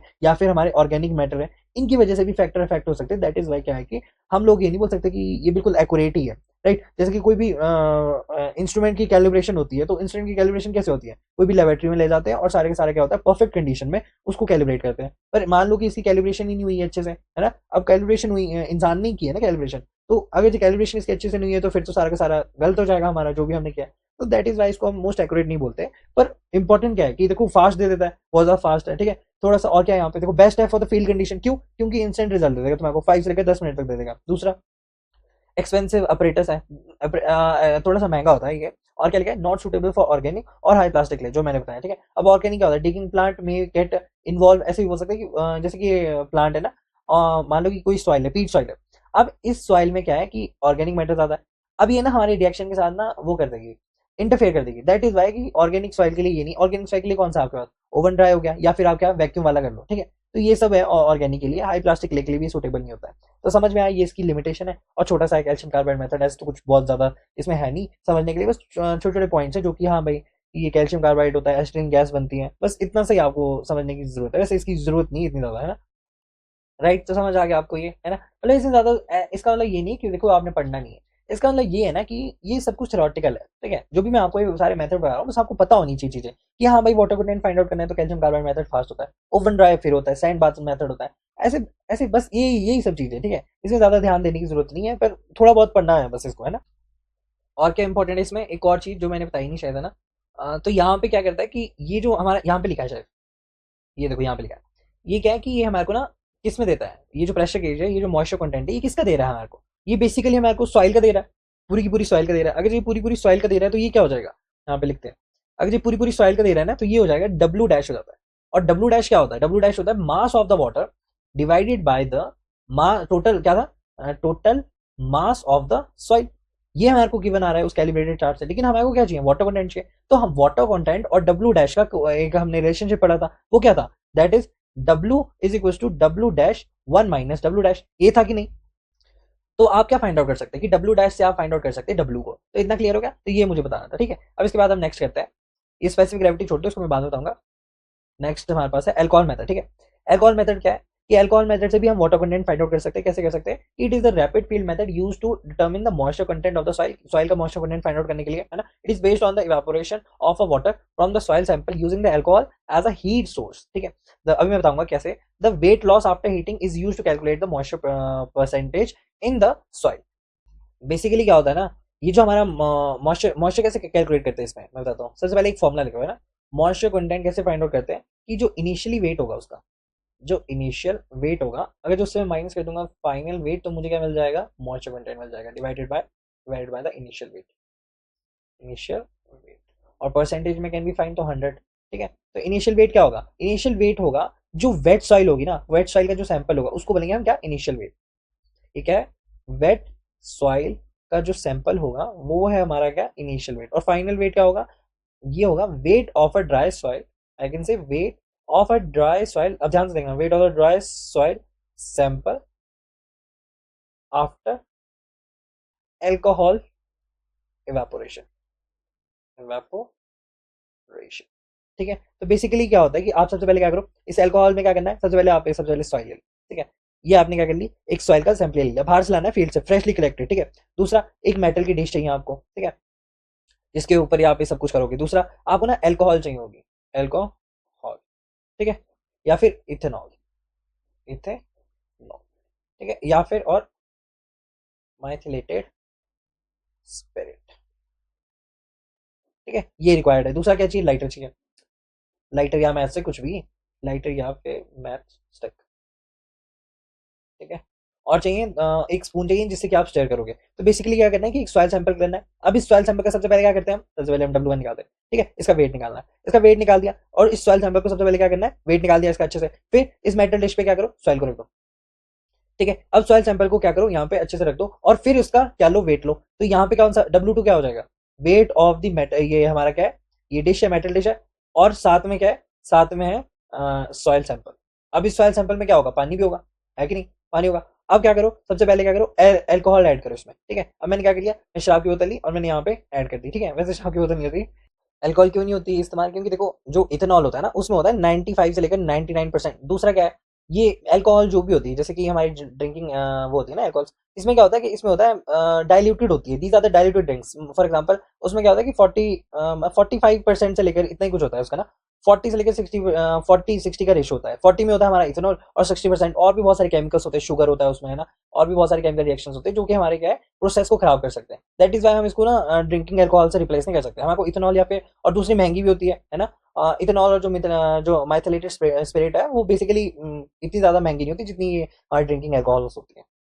तीसरा क्या है कि देखो हमने अल्कोहल को ना जलाना है, यहाँ पे हमें क्या करना है, हमें इसको पहले डाइल्यूट करना है। अब यहाँ पे मान लो कि एक सॉइल सैंपल है ना, अब इस सॉइल सैंपल में इतनी इथेनॉल मिलाना है ताकि क्या हो जाए, ये सोक हो जाए अच्छे से, ठीक है, इथेनॉल से ही सोक हो जाए अच्छे से। फिर क्या करना है, ऊपर से लाइटर लेना है और इसको जला देना है। अब ना इसको जलाना है और थोड़ी देर के लिए ना इसको रेस्ट करने देना है, ठीक है, रेस्ट करने देना है। अगर तुम्हें कोई नॉर्मल दारू डालूंगा ना इसमें, तो वो क्या होगा, वो इफेक्टिवली बर्न नहीं होगा, और इथेनॉल 95 टू 99% ना वो इफेक्टिवली बर्न हो जाता है, ठीक है।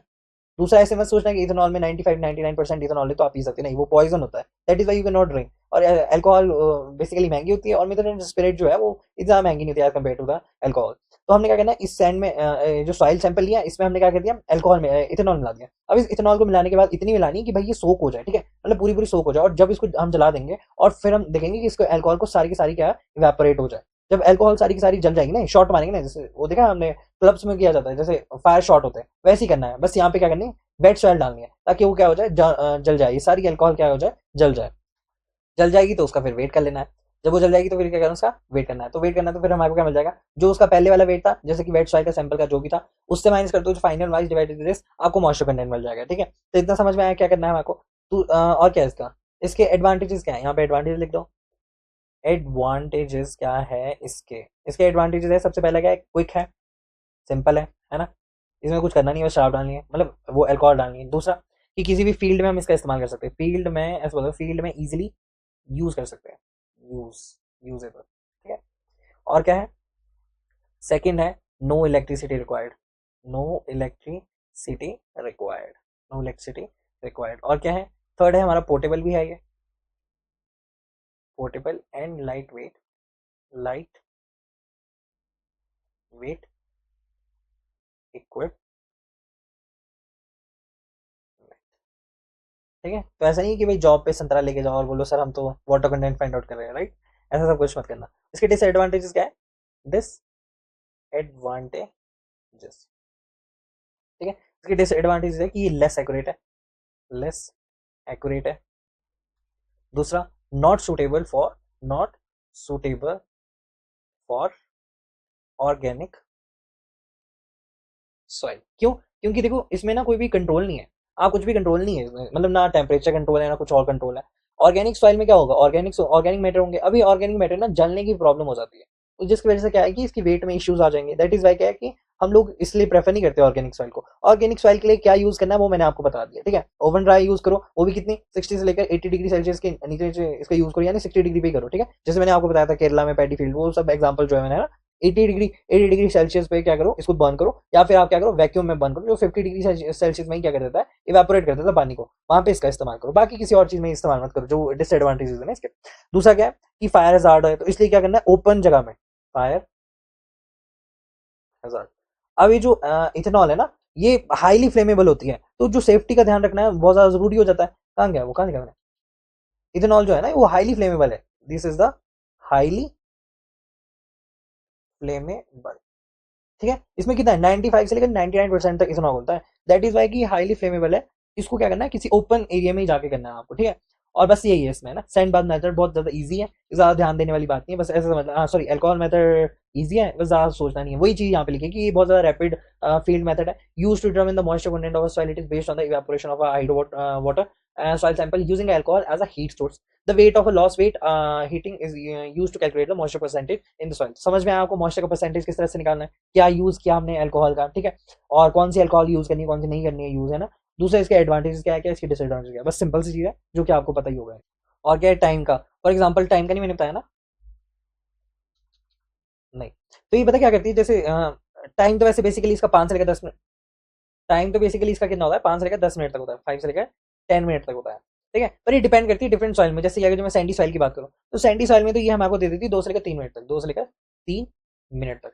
दूसरा, दूसरा सैंडी सॉइल है, और तीसरा क्या, क्लेई सॉइल, क्लेई सॉइल। अच्छा, जो क्लेई सॉइल होगी उसका देती है, मतलब उसमें ना जो वाटर होते हैं ना वो बहुत टाइटली पैक्ड होते हैं, तो उन टाइटली पैक्ड को निकालने के लिए ना क्या हो जाता है कि मतलब टाइटली पैक होते हैं, दैट इज वाई ये ज्यादा टाइम लेते हैं, ठीक है। ऐसा समझ लो कि 5 से लेकर 8 मिनट तक होते हैं, 5 से लेकर 8 मिनट तक होते हैं। तो समझ में आया कि ये दोनों टाइम है 2 से लेकर 5 to 8 मिनट तक, ठीक है, 5 से लेकर 8 मिनट तक। और जब हमने उसकी बात की थी ना, तो वहां पे मैंने ओवरऑल टाइम लिखा था कि भाई रिएक्शन करोगे फिर तुम निकाल लोगे, लेकिन रिएक्शन जो है वो उसका बहुत जल्दी हो जाता है। कहाँ गया वो, हाँ ये, मतलब ये ना ओवरऑल टाइम है, इसको ऐसा मत समझना कि ये ना आपका ओवरऑल टाइम, मतलब ये ना बहुत जल्दी रिएक्ट कर देता है, और हमारे को ना प्रेशर गेज में बहुत जल्दी मिल जाता है, मतलब 2 से लेकर 3 मिनट के बीच बीच में ही आपको ये आंसर दे देता है। तो ऐसे में सोचना कि कैल्शियम कार्बाइड मेटल तो ऐसे ही है, और ये फास्ट है, इन दोनों में से फास्ट कौन सा है? कैल्शियम कार्बाइड ही फास्ट है। लेकिन जब आपको क्वेश्चन में कहीं पे भी आएगा ना कि कौन सा वाला फास्ट है, तो आप कैल्शियम कार्बाइड ही लिखना। तो हमारा कौन कौन सा हो गया? ओवन ड्राई मेथड हो गया, सैंड हो गया, अल्कोहल हो गया, कैल्शियम कार्बाइड मेथड हो गया। कौन सा बचा है? रेडिएशन और पिक्नोमीटर मेथड बचा है। तो नेक्स्ट कौन सा है? Radiation method. रेडिएशन मेथड क्या बोलता है कि रेडिएशन मेथड ना एक तरह का नॉन डिस्ट्रक्टिव टेक्निक है use to determine the moisture content. यही हमें फाइंड आउट करना है किसमें? In the soil of a soil by measuring the interaction of a radiation neutrons या फिर गामा रेज की मदद से with the water molecules present in the soil. This method relies on the principle that the water hydrogen atom interact with the radiation, ठीक है, altering the detecting altering the detected signals, ठीक है। तो ये हमारा रेडिएशन मेथड, इसमें क्या बोलता है कि एक तरह का नॉन डिस्ट्रक्टिव टेक्निक है जिससे कि हम मॉइस्चर कंटेंट फाइंड आउट कर सकते हैं किसी भी सॉइल में विद द हेल्प ऑफ या तो न्यूटन स्कैटर्ड मेथड या फिर गामा रेज से हम कर सकते हैं, ठीक है, with the water molecules present in the soil, ठीक है। जो भी क्या करते हैं ये न्यूट्रॉन्स जो गामा होते हैं ना, ये मैं अभी एक्सप्लेन करता हूँ, ये वाटर मॉलिक्यूल के साथ क्या करते हैं? इंटरेक्ट करते हैं। तो water molecule present in the soil, this method relies on the principle of the water hydrogen atom interacting, यानी जो रेडिएशन है ना वो वाटर की जो सॉइल में प्रेजेंट वाटर है ना उसके साथ क्या करती है? रिएक्ट करती है, यानी न्यूट्रॉन्स को तो स्लो कर देती है और गामा रेज से क्या हो जाती है? वो पास थ्रू नहीं कर पाती या स्लो हो जाती है और interact with the radiation altering the detecting signal. एक जगह क्या होता है? डिटेक्टिंग। इस अभी बताता हूँ मैं क्या होता है ना। और इसके टाइप्स क्या है? टाइप्स है इसके, देखो सबसे पहले रेडिएशन मेथड कौन सा? एक तो न्यूट्रॉन स्कैटरिंग मेथड है, दूसरा कौन सा? Gamma rays attenuation method. क्या बोलते हैं इसको?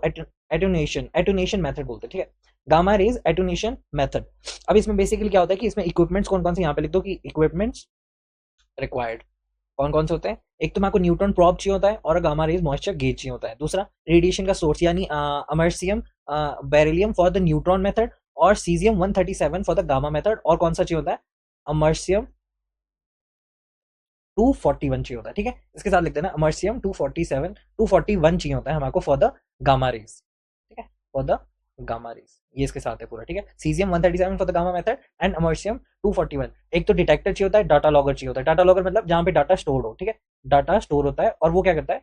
रिपोर्ट करता है, एक रिपोर्ट बना के हमारे को पेश करता है, जैसे रिपोर्ट बनाते हैं ना वैसे उस तरह से रिपोर्ट बनाता है, उसको बोलते हैं डाटा लॉगर। दूसरा क्या है? प्रोटेक्टिव गेट चाहिए होते हैं। क्यों चाहिए होते हैं? क्योंकि देखो ये जो रेडिएशन मेथड है ना, इससे रेडिएशन निकलती है वो हार्मफुल हो सकती है for the human health. That is why कि गामा रेज के लिए भी प्रोटेक्टिव लेयर हमारे को चाहिए। फॉर एग्जाम्पल कोई भी मतलब कपड़े होते हैं जिस तरह से, जिनसे हम क्या है गामा रेज से बच सके या फिर न्यूट्रॉन स्कैटर्ड मेथड से न्यूट्रॉन से बच सके, ठीक है।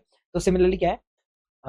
फर्स्ट हम कौन सा करते हैं? सबसे पहले हम करते हैं neutron neutron neutron scattering method, right. तो ये हमें पढ़ना है पहले। तो सबसे पहले क्या करना पड़ता है ना, हमें एक ना बोरहोल करना पड़ता है। तो उसके लिए क्या चाहिए? हमारे को एक ड्रिलिंग मशीन चाहिए। मान लो कि ये क्या है? एक तरह की ड्रिलिंग मशीन है, ठीक है।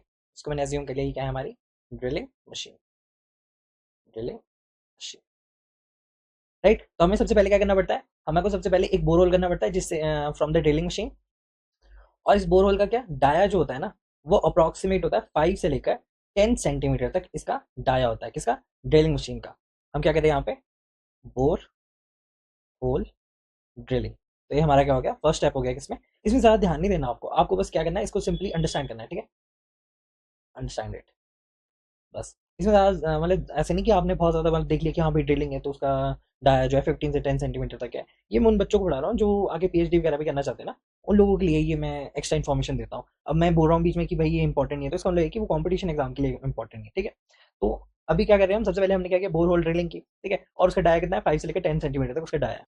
नेक्स्ट अभी बोरहोल कैसे करना है, कौन कौन सी सॉइल में किस तरह से करना है, मैं यहाँ पे लिख देता हूँ कि जब हम देखते हैं ना सैंडी सॉइल में, तो सैंडी सॉइल में हमें अप्रोक्सीमेट 30 से लेकर 50 सेंटीमीटर तक हमें क्या करना पड़ती है? डेप्थ, ठीक है। ये क्या है? डेप्थ का हमारे पास एक छोटा सा चार्ट है। क्या है? सैंडी सॉइल के लिए 30 से लेकर 50 सेंटीमीटर तक होती है। Second of all the clayey soil. अब जब हम क्लेई सॉइल को देखते हैं ना, तो उसमें अराउंड 50 से लेकर 150 सेंटीमीटर तक हमें उसकी डेप्थ करनी पड़ती है। दूसरा क्या है? Loamy soil. और लोमी सॉइल में क्या करनी पड़ती है? 40 से लेकर 100 सेंटीमीटर तक हमारे को ये करनी पड़ती है। तो यहाँ पे क्या करनी पड़ेगी? यहाँ पे बोल सकते हैं हम ये, क्योंकि सैंडी सॉइल पता क्यों ये 30 से लेकर 50 सेंटीमीटर तक क्यों किया? क्योंकि ना जो मॉइस्चर होता है ना, मॉइस्चर जो भी मतलब मॉइस्चर या फिर वाटर कंटेंट बोल लो, मॉइस्चर या फिर वाटर कंटेंट होता है ना, वो सरफेस के पास ही होता है सैंडी सॉइल में। कॉन्टेक्ट सरफेस के पास ही होता है, सरफेस के पास होता है, इसलिए इसकी ऐसी डेप्थ है, ठीक है। और क्लेई सॉइल में क्या है? क्लेई सॉइल में जो मॉइस्चर की डेप्थ होती है वो ज्यादा होती है, मॉइस्चर की जो डीप लेयर में होता है, ठीक है, ऐसा बोले डीप लेयर में प्रेजेंट होता है, डीप लेयर में होता है, ठीक है। और इसके लिए क्या है? ये लोमी सॉइल में एक मॉडरेट डेप्थ है, this is a moderate depth. ऐसा क्यों? क्योंकि सफिशिएंट होती है, यहीं पे मिल जाता है हमारे को पानी, है ना। सफिशिएंट, सफिशिएंट सफिशिएंट होती है ना, सफिशिएंट होती है। तो ये हमारा क्या है, एक तरह का क्या है, हमारा चार्ट है जिसमें क्या है, हमारे को डेप्थ है। जैसे बेसिकली इसका जो चार्ट होता है ना वो इस तरह से होता है। ये तो मैंने आपको सॉइल के बेसिस में बता दी कि सैंडी सॉइल के लिए हमको बोरहोल की डेप्थ कितनी करनी पड़ेगी, 30 से लेकर 50 सेंटीमीटर, 50 से लेकर 150 for the clay and the loamy for the 40 to 100, ठीक है। और इसके मैंने यहाँ पे क्या दे दिया आपको, ये सारी मैंने वो चीजें दे दी। दूसरा क्या है, जो हमारी स्टैंडर्ड गाइडलाइंस होती है ना, उसमें पता क्या होता है, उसमें होता है देखो सबसे ज्यादा 30 से लेकर 50 सेंटीमीटर तक। अच्छा यहाँ पे वो क्या होता है, वो इस साइड होता है, 30 से लेकर 50 सेंटीमीटर तक होता है। और ये होता है फॉर द सर्फेस या फिर ऐसे लेकर top most soil, top soil, top soil moisture. Top soil moisture में क्या होता है, 30 से लेकर 50 सेंटीमीटर करना पड़ता है। अगर जब हमें शैलो रूट यानी एग्रीकल्चर के लिए देखना पड़े, एग्रीकल्चर के तो उसके लिए करना पड़ता है अराउंड 30 से लेकर 60 सेंटीमीटर तक, ठीक है। और अगर जब हमें कंस्ट्रक्शन और इंजीनियरिंग के लिए देखना पड़े ना, कंस्ट्रक्शन और इंजीनियरिंग के लिए, कंस्ट्रक्शन एंड इंजीनियरिंग लिखना है, कंस्ट्रक्शन या फिर इंजीनियरिंग के लिए, तो हमें करना पड़ता है 100 से लेकर 150 सेंटीमीटर तक बोरहोल की डेप्थ करनी पड़ती है, ठीक है। और अगर जो सर्वे कर रहे हो, यहाँ पे जियो टेक्निकल अगर जो सर्वे कर रहे हो ना, तो उसके लिए लेनी पड़ती है हमें, उसके लिए भी हमें कोई इतनी लेनी पड़ती है 100। लेकिन यहाँ पे इसकी हायर लिमिट क्या हो जाती है, 500 सेंटीमीटर तक हमें करनी पड़ती है, ठीक है। तो ये हमारी क्या है, एक गाइडलाइंस है जहाँ पे लिख सकते हैं standard guidelines, guidelines for bore hole. तो ये क्या है, ये सारा का सारा हमारे को गाइडेंस दे रखी है कि देखो जब भी आपको क्या टॉप मोस्ट मोस्ट सॉइल यहाँ पे लिख दो कि सरफेस मॉइस्चर जो है वो 30 से लेकर 50 सेंटीमीटर में हमें मॉइस्चर मिल जाएगा। एग्रीकल्चर में हमें 30 से लेकर 60 सेंटीमीटर तक करना पड़ेगा। अगर इसके भी दो पार्ट होते हैं, एक होते हैं देखो शैलो, एक होता है डीप, कि बोर होल हमें कितना कितने कितनी डेप्थ तक करना है, उस सबका गाइडलाइंस है ये। तो शैलो के लिए तो 30 से लेकर 60 है, लेकिन डीप के लिए हमें कितना जाना पड़ता है, 100 से लेकर 150 सेंटीमीटर तक जाना पड़ता है, ठीक है। इसको मैंने और भी एक्सप्लेन कर दिया, अगर किसी को ज्यादा इंटरेस्ट है तो फिर देख सकते हैं यहाँ पे, ठीक है। तो यहाँ पे क्या है, सबसे पहले हमने क्या किया कि एक बोरहोल किया। अब इस बोरहोल में क्या करना पड़ेगा हमारे को, जो भी हमारे को इंपॉर्टेंट डेप्थ है ना, वो सारी की सारी हमारे को क्या है, यहाँ पे मैंने आपको दिखा दी कि देखो ये वाली डेप्थ है। जैसे कि ये डेप्थ है, आपको सैंडी सॉइल में करना है तो इसके लिए, क्ले सॉइल में करना है तो इसके लिए, या फिर लोमी सॉइल में करना है तो फिर इसके लिए, ठीक है। तो मान लो कि बोरहोल से मैंने क्या कर दिया, एक डेप्थ कर दी और मुझे सफिशिएंट हाइट पे मॉइस्चर मिल गया। मुझे पता लगा कि हाँ भाई इस डेप्थ पे क्या है, मॉइस्चर मिल जाएगा मुझे, इस डेप्थ पे क्या है, मॉइस्चर मुझे मिल जाएगा, मॉइस्चर मिल जाएगा, ठीक है। तो इस डेप्थ में अगर जो मुझे मॉइस्चर मिल जाएगा तो मैं क्या करूंगा, अब मुझे करना क्या है, सबसे पहले मुझे तो मॉइस्चर फाइंड आउट करना है। क्या फाइंड आउट करना है मुझे, वाटर कंटेंट फाइंड आउट करना है। तो वाटर कंटेंट फाइंड आउट करने के लिए मैं किसकी हेल्प ले रहा हूँ, मैं न्यूटन स्कैटरिंग मेथड की हेल्प ले रहा हूँ, जिसमें क्या बोला है कि सबसे पहले आप ड्रिल करो, एक बोरहोल ड्रिल करो। वो कितना डायग होना चाहिए, 5 से लेकर 10 सेंटीमीटर तक। क्यों होना चाहिए 5 से लेकर 10 सेंटीमीटर तक, ताकि हम इसमें पुट कर सके न्यूट्रॉन प्रोब, न्यूट्रॉन प्रूफ हम इसमें डाल सकें। हमें क्या करना पड़ता है ना, एक सफिशिएंट डेप्थ देखनी पड़ती है और फिर हमें ना इसके अंदर इंसर्ट करना पड़ता है न्यूट्रॉन। मान लो कि ये क्या है, एक तरह का न्यूट्रॉन प्रोब है, हमने यहाँ पे अंदर इंसर्ट कर दिया, ठीक है। अब इसमें इंसर्ट कर दिया तो क्या होगा कि देखो सबसे पहले मेरे को पता लगे कि भाई इस डेप्थ पे मॉइस्चर कंटेंट हमें सफिशिएंट है, हमें मिल जाएगा यहाँ पे, राइट। तो हम क्या करते हैं कि 5 से लेकर 10 सेंटीमीटर तक का एक ड्रिलिंग मशीन लेंगे और ड्रिल करेंगे और हम उसके अंदर इंसर्ट करेंगे, क्या करेंगे, इंसर्ट करेंगे एक न्यूट्रॉन प्रोब को, राइट। और इसमें ही क्या होता है, इस तरह से होता है, मतलब यहाँ पे होता है इमीटर, ठीक है। यहाँ से इमीटर होता है, यहाँ पे क्या होता है, डिटेक्टर, डिटेक्टर। तो क्या करता है कि ये जो न्यूट्रॉन है ना, ये न्यूट्रॉन इससे बाहर लगा होता है न्यूट्रॉन का सोर्स। यहाँ पे क्या है, न्यूट्रॉन का सोर्स। तो वो क्या करेगा, एक ना फास्ट न्यूट्रॉन्स भेजेगा, ठीक है, फास्ट न्यूट्रॉन सॉइल में भेजेगा। तो यहाँ पे क्या है कि मान लो कि ये क्या है, एक तरह का प्रोब है, ठीक है। ऐसे मान लो यहाँ पे एक तरह का ये क्या है, न्यूट्रॉन का प्रोब है, ठीक है। तो इसमें क्या है, एक तो इमीटर है, दूसरा क्या है, डिटेक्टर है, ठीक है। इस तरह से लगा होता है नीचे में डिटेक्टर, ठीक है। ये हो गया हमारा डिटेक्टर। अब क्या करता है कि देखो न्यूट्रॉन भेजता है हमारे बहुत सारा, ऊपर से सोर्स है, यहाँ पे सोर्स है, तो ये क्या भेजेगा, न्यूट्रॉन भेजता है हमारे। अब ये न्यूट्रॉन्स क्या करते हैं, जो भी सॉइल है, फॉर एग्जांपल ये सॉइल है ना, मैंने इस पे ऐसे ड्रॉ किया, ये क्या है, हमारी सॉइल है। तो इस सॉइल में प्रेजेंट क्या है, इस सॉइल में प्रेजेंट है हमारा सॉलिड प्लस वाटर, है ना। हमें पता है कि इस डेप्थ में क्या है, सॉइल प्लस वाटर है ना। तो यहाँ पे क्या है कि न्यूट्रॉन जो है ना, वो सबसे पहले क्या करेगा, वो जो वाटर के जो हाइड्रोजन एटम्स है ना, इन हाइड्रोजन एटम्स के साथ वो क्या करता है, कोलाइड करता है। अच्छा, इन हाइड्रोजन एटम्स के साथ अगर जो न्यूट्रॉन कोलाइड करता है ना, तो क्या होता है, न्यूट्रॉन्स की स्पीड ना स्लो हो जाती है, न्यूट्रॉन्स की स्पीड क्या हो जाती है, स्लो हो जाती है, न्यूट्रॉन स्पीड स्लो, ठीक है। कब, जब वो ना हाइड्रोजन के साथ कोलाइड करता है, तो यहाँ पे क्या है, कोलिजन के बाद न्यूट्रॉन ना स्लो हो जाता है, और जिससे कि मतलब थर्मल न्यूट्रॉन्स बनते हैं। और फिर क्या, डिटेक्टर जो है, डिटेक्टर क्या करता है, जो भी न्यूट्रॉन्स की काउंट है ना, उनको मेजर करता है। थर्मल क्या करता है, यहाँ पे होता है ना, डिटेक्टर होता है एक तरह का, इसको बोलते हैं हम डिटेक्टर, या फिर ऐसा बोलते हैं thermal detector, thermal neutron. Thermal neutrons को क्या करता है ये, काउंट करता है, मेजर करता है थर्मल न्यूट्रॉन्स को। क्यों? क्योंकि देखो जो भी न्यूट्रॉन्स आएगा वो सबसे पहले किसके साथ जाएगा? हाइड्रोजन के साथ लगेगा, और हाइड्रोजन के साथ होगा तो वो क्या हो जाएगा? थर्मल न्यूट्रॉन हो जाएगा। अभी थर्मल न्यूट्रॉन को मेजर कौन करता है? ये डिटेक्टर मेजर करता है, राइट। और डिटेक्टर क्या मेजर करेगा? डिटेक्टर मेजर करेगा जितनी भी ज्यादा स्लो होंगी ना, जितनी भी ज्यादा मतलब जितने भी ज्यादा न्यूट्रॉन्स क्या है हमारे स्लो होंगे, उन सब उसका मतलब क्या है? यहाँ पे ज्यादा इस सॉइल में ज्यादा मॉइस्चर है। इस सॉइल में ज्यादा मॉइस्चर कब होगा? जब ये काउंट करेगा, हमारे क्या काउंट करेगा? न्यूट्रॉन्स को काउंट करेगा, ठीक है। यानी यहाँ पे बेसिकली न्यूट्रॉन स्कैटरिंग मेथड में क्या हो रहा है कि सबसे पहले आपने एक बोरहोल किया। अब इस बोरहोल करने के बाद क्या करना पड़ेगा आपको? सबसे पहले इसमें प्रोब डालना पड़ेगा, ठीक है। अब आपने न्यूट्रॉन का प्रोब डाल दिया। अब मान लो कि वो प्रोब कुछ इस तरह से है, ठीक है। मान लो कि प्रोब कुछ इस तरह से। अब ये प्रोब जो यहाँ पे है, एक जगह क्या है इसका इमीटर है और दूसरी जगह क्या है डिटेक्टर है। तो सॉइल के बीच में क्या करता है कि न्यूट्रॉन का एक सोर्स होता है बाहर लगा हुआ, जो कि भेजता क्या है? सबसे पहले न्यूट्रॉन्स भेजता है। अब ये न्यूट्रॉन्स क्या करते हैं? जो भी सॉइल में प्रेजेंट हाइड्रोजन बॉन्ड्स है ना, जो भी प्रेजेंट क्या है हाइड्रोजन बॉन्ड्स है, उन सबके साथ क्या करता है? ये कोलाइड करता है। It collides it collides with hydrogen bond. जब वो कोलाइड करता है तो उसकी स्पीड क्या हो जाती है? स्पीड ना उसकी ऑटोमेटिकली क्या हो जाती है? स्लो हो जाती है, ठीक है। जिसकी स्पीड स्लो हो जाएगी और फिर आगे जाके क्या हो जाएगा? आगे जाके यहाँ पे एक तरह का डिटेक्टर है जो कि डिटेक्ट करेगा कि कितना ज्यादा स्लो हुई है न्यूट्रॉन की स्पीड, यानी काउंट करेगा। Count the neutrons.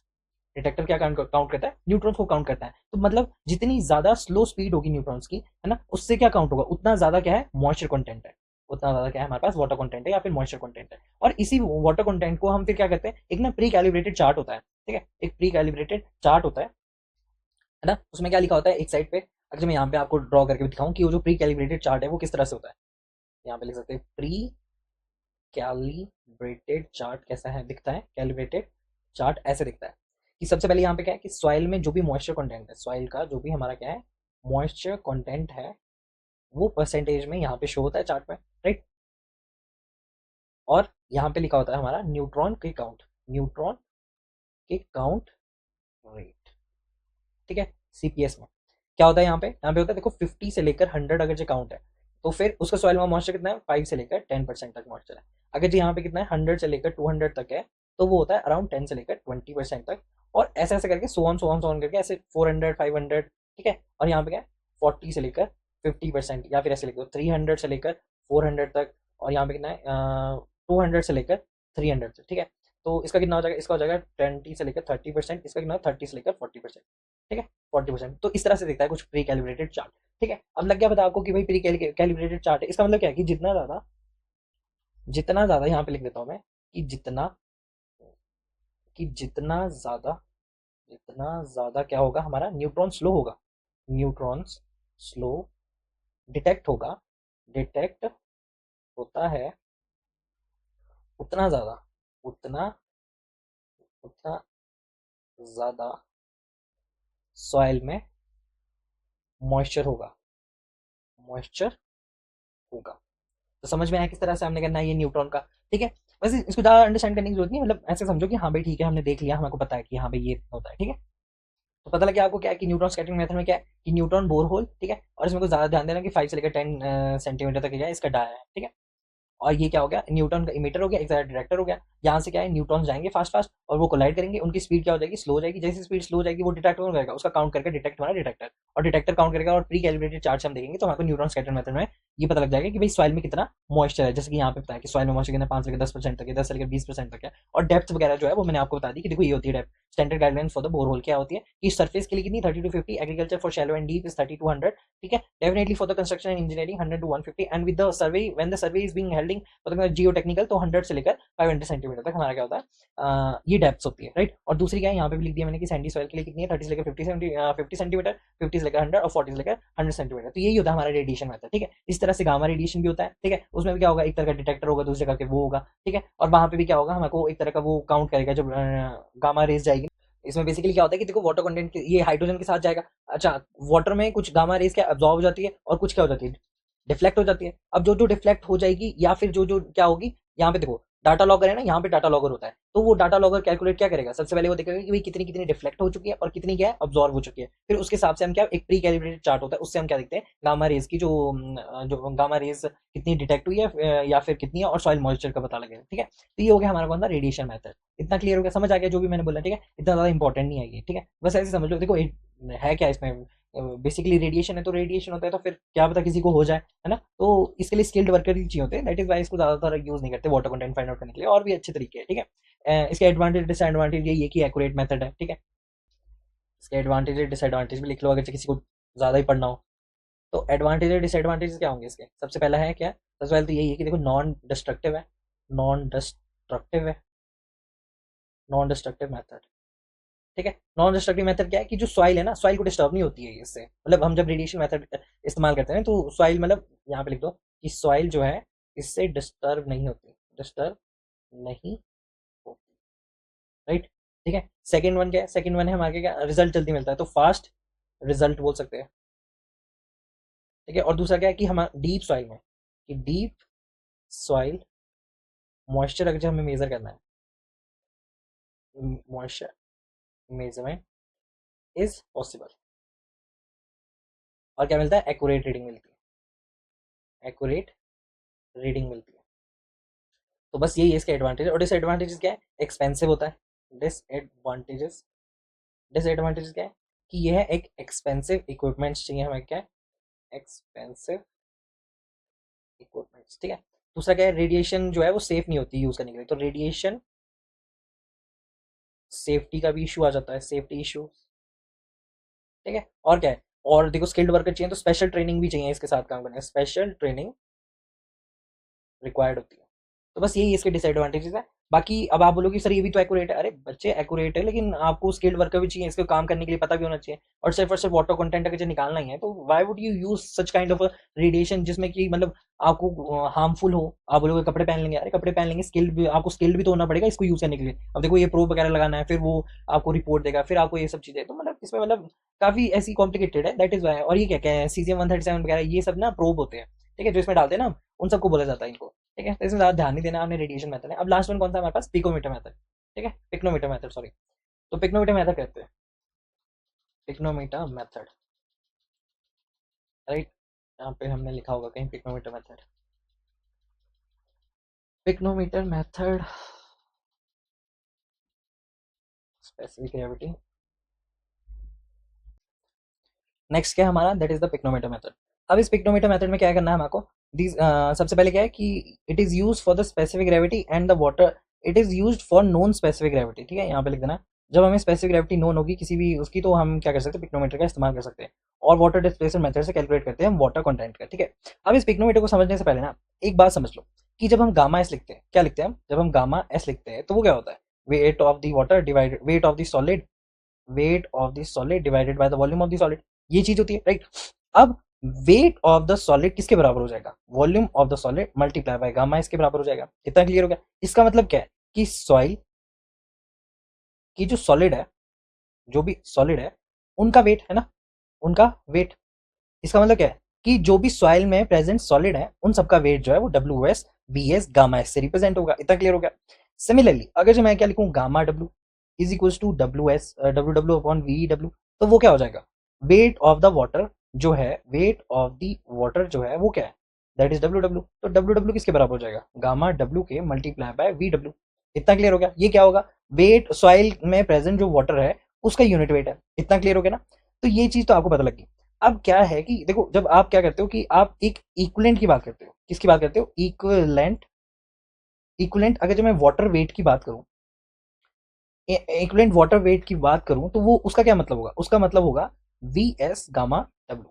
अब वी एस गामा डब्ल्यू क्या रिप्रेजेंट कर रहा है कि देखो, वी एस गामा डब्ल्यू ये बता रहा है कि अगर सॉइल, अगर ये जो सॉइल का वॉल्यूम है ना, ये देखो वी एस है क्या बेसिकली, तुम्हारे को समझना है ना, तो और अच्छे समझो कि वी एस बेसिकली है क्या। ये सॉलिड है, यहाँ पे क्या लिखते थे हम? वी एस लिखते थे, राइट। और यहाँ पे क्या लिखते थे हम? वॉल्यूम ऑफ द वॉइड्स लिखते थे। इतना क्लियर हो गया? वॉल्यूम ऑफ द वॉइड्स लिखते थे। तो ये दो चीज तो आपको क्लियर है। अब वी एस क्या है वो आपको मैंने बता दिया कि वो वॉल्यूम ऑफ द सॉलिड्स है। किसी भी सॉइल सैंपल में जो भी सॉलिड्स का वॉल्यूम होगा उसको वीएस से रिप्रेजेंट करूंगा। और गामा डब्ल्यू क्या है? गामा डब्ल्यू यूनिट वेट है। किसका है यूनिट वेट? ये पानी का यूनिट वेट है। तो अगर मैं तुमसे ऐसा पूछूं कि इस सॉलिड को हटा दो, ठीक है, अब इस सॉलिड को क्या करो, तुम यहाँ से हटा दो, तो आपने बोला कि ठीक है सर हम सॉलिड को हटा देते हैं। अब तुमने सॉलिड को हटा दिया ना, अब तुमने ना यहाँ पे पानी डालना है। अब तुमने पानी कितना डालना है? जितना का पहले सॉलिड था ना, जितना पहले सॉलिड था, यानी वेट ऑफ द सॉलिड जितना भी था ना, उतने का ही मुझे क्या करना है? पानी डालना है। यानी उतने ही मुझे डब्ल्यू डब्ल्यू डालना है। तो मैं क्या बोलूंगा कि अगर मुझे डब्ल्यू डब्ल्यू डालना है तो मैं ये बोल सकता हूँ कि W W is equals to volume of the solid multiply by gamma W. तो मैंने क्या बोला कि equivalent weight of the solid जो है उसके बराबर का मुझे क्या डालना है, मतलब वेट ऑफ द सॉलिड के इक्वलेंट के बराबर क्या डालना है मुझे? मुझे डालना है पानी डालना है। तो फिर उसको मैं किस तरह से रिप्रेजेंट करूंगा, वी एस गामा डब्ल्यू से रिप्रेजेंट करूंगा। तो उसको क्या बोलता हूँ मैं, इक्विवेलेंट वाटर वेट। अब समझ में आया मैंने क्या बोला। अच्छा ये पता लग जाएगा आपको कि क्यों बोल रहा हूँ मैं ये सब, ठीक है। तो यहाँ पे क्या है कि सबसे पहले हमको एक पिक्नोमीटर लेना है, ठीक है। अब इस पिक्नोमीटर को क्या करना है, सबसे पहले हमने उसको खाली क्या करना है, वेट करना है। अब उसका खाली वेट कर दिया मैंने, ठीक है। तो वो क्या हो गया, एम्प्टी पिक्नोमीटर। अब उसमें क्या करो, मॉइस्ट सॉइल डालो, क्या करो, मॉइस्ट सॉइल इसमें डाल दो। अब मॉइस्ट सॉइल डाल दी तो उसमें क्या होगा, सॉलिड होगा, वाटर होगा, और साथ में कुछ एयर भी होगी, है कि नहीं। तो यहाँ पे वाटर भी है, ठीक है, और यहाँ पे सॉलिड्स भी है, और इसका मैंने मुझे क्या करना है, अब वेट करना है। इसका मैंने वेट कर दिया, क्लियर हो गया भाई, इसका मैंने वेट कर दिया। सेकंड ऑफ ऑल, अब क्या करो कि जितना भी रिमेनिंग, अभी देखो जो भी तुमने W2 निकाला, ठीक है। अब क्या करो, W2 में ऐड करो पानी, जितना की बचा हुआ था, जो रिमेनिंग वो बचा था ना वॉइड्स फॉर द एयर, अब वहां पे ऐड कर दो आप पानी। तो अब हमने पानी कर दिया, अब पानी कर दिया तो उसका W3 निकालो, यानी उसका वेट निकालो, तो W3 निकाल दिया। अब W3 निकाल दिया ना, फिर ऐसा करो कि ये खाली कर दो कंटेनर, इस सारा का सारा कंटेनर क्या कर दो, खाली कर दो, और इस पूरे कंटेनर में क्या डालो, सिर्फ और सिर्फ पानी डालो। अब इस पूरे कंटेनर में क्या डाल दिया मैंने, पानी डाल दिया। अच्छा मैंने पानी डाल दिया, अब इस पानी में अब क्या है, अब इसका वेट कर लो। अब इसका वेट हो गया, तो वो क्या हो गया, पिक्नोमीटर प्लस ओनली वाटर। तो क्लियर हो गया ये सब। मैंने क्या किया कि पहले मैं एम्प्टी में लिया, सेकंड में मॉइस्ट सॉइल में, थर्ड में मुझे क्या क्या ऐड किया मैंने, वाटर। यहाँ पे लिखा भी है देखो, water added in the remaining volume. Similarly मैंने क्या कर दिया, पिक्नोमीटर लिया और उसमें सिर्फ और सिर्फ मैंने पानी डाल दिया। इतना क्लियर हो गया, राइट। अब मुझे फाइंड आउट क्या करना होता है, इन सब चीजों से मुझे फाइंड आउट क्या करना होता है, मुझे वाटर कंटेंट फाइंड आउट करना होता है। तो वाटर कंटेंट अगर जो मुझे फाइंड आउट करना पड़ता है, तो वो क्या होता है, that is the weight of the water divided by the volume, wait of the solids. यही होता है हमारा वाटर कंटेंट, की वेट ऑफ द वाटर निकालना है, फिर निकालना है वेट ऑफ द सॉलिड। अच्छा वेट ऑफ द वाटर अगर जो मैं इनसे बताऊं, आपको पूछूं कि वेट ऑफ द वाटर अगर जो तुम्हें निकालना है, तो तुम किस तरह से निकालोगे, यानी वेट ऑफ द वाटर किस में निकालना है, इसमें निकालना है मुझे। तो मुझे सिर्फ और सिर्फ यही वेट ऑफ वाटर चाहिए, तो ये वाला वेट ऑफ वाटर कैसे मिलेगा मुझे। तो सोचो, अगर जी नहीं पता लग रहा है तो देखो क्या करेंगे, अगर जो मैं W2 से W1 को माइनस कर दूं तो क्या होगा, जो पिक्नोमीटर का वेट है वो तो कट जाएगा, है ना। और किसी भी सॉइल में क्या होगा, सॉलिड होगा और वाटर होगा। लेकिन मुझे सिर्फ पानी का चाहिए, तो पानी का चाहिए तो मैं माइनस क्या कर सकता हूँ, वेट ऑफ द सॉलिड। इसको अगर जब मैं माइनस कर दूं तो मुझे क्या मिल जाएगा, वेट ऑफ द वाटर मिल जाएगा, क्योंकि हम फाइंड क्या कर रहे हैं, वेट फाइंड आउट कर रहे हैं, तो वेट ऑफ द वाटर मिल जाएगा मुझे। तो क्या बोला मैंने कि अगर मैं W2 से माइनस कर दूं W1 को, तो पिक्नोमीटर पिक्नोमीटर कट गया, प्लस सॉरी माई और क्या करूं, और इससे मैं माइनस कर दूं वेट ऑफ द सॉलिड, तो मुझे क्या मिल जाएगा, वेट ऑफ द वाटर मुझे मिल जाएगा। अब क्या बच गया, वेट ऑफ द सॉलिड बच गया। तो वेट ऑफ द सॉलिड अगर मुझे फाइंड आउट करना है, तो मैं क्या कर सकता हूँ कि देखो W4 क्या है, पानी है, W3 क्या है, सॉलिड है। तो WS के पास, तो यहाँ पे W3 में ही सॉलिड है, तो मैं क्या कर सकता हूँ कि W4 को अगर मैं W3 की तरह लिखने लग जाऊँ ना, और उससे मैं माइनस कर दूं WS को, तो WS के रिस्पेक्ट में मैं आंसर निकाल सकता हूँ। तो मैं क्या बोल रहा हूँ कि जब मैं W4 को निकालूंगा ना, तो W4 क्या होगा, एक्चुअल में जो W4 है वो क्या है, पिक्नोमीटर और ओनली वाटर है। तो अगर W3 को मैं W4 की उसमें रिप्रेजेंट करना चाहूँ, तो मैं क्या लिख सकता हूँ कि W3 तो ठीक है, उससे अगर जो मैं माइनस कर दूं वेट ऑफ द सॉलिड, उससे माइनस क्या कर दूं, wait of the solid minus कर दूं। तो वेट ऑफ द सॉलिड अगर जो माइनस कर दिया, और वहां पे मैं ऐड कर दूं उतने ही वेट का, मतलब उतने जितने वॉल्यूम में सॉलिड था, उतने वॉल्यूम में पानी ऐड कर दूं। अगर उतने वॉल्यूम में मैं पानी ऐड कर दूंगा, तो मेरे पास ये मिल जाएगा, क्योंकि अभी क्या है, इतनी इतने इतने जो वॉल्यूम है, इतने वॉल्यूम में क्या है, सॉलिड है। अब इस सॉलिड, देखो यहाँ पे सॉलिड है, अब मैंने बोला कि सॉलिड को हटाओ, ठीक है, और उतने ही वॉल्यूम में क्या करो, सॉलिड को हटाओ और उतने ही वॉल्यूम में पानी मिला दो, तो मेरे पास W4 आ जाएगा। तो मैंने क्या किया कि VS गामा W लिख दिया, तो यहां से मुझे क्या मिल गया, W4 मिल गया, ठीक है। तो समझ आया क्या लिखा मैंने कि W4 क्या है, कि W3 माइनस WS प्लस, अब देखो कैसे, WS plus VS gamma W।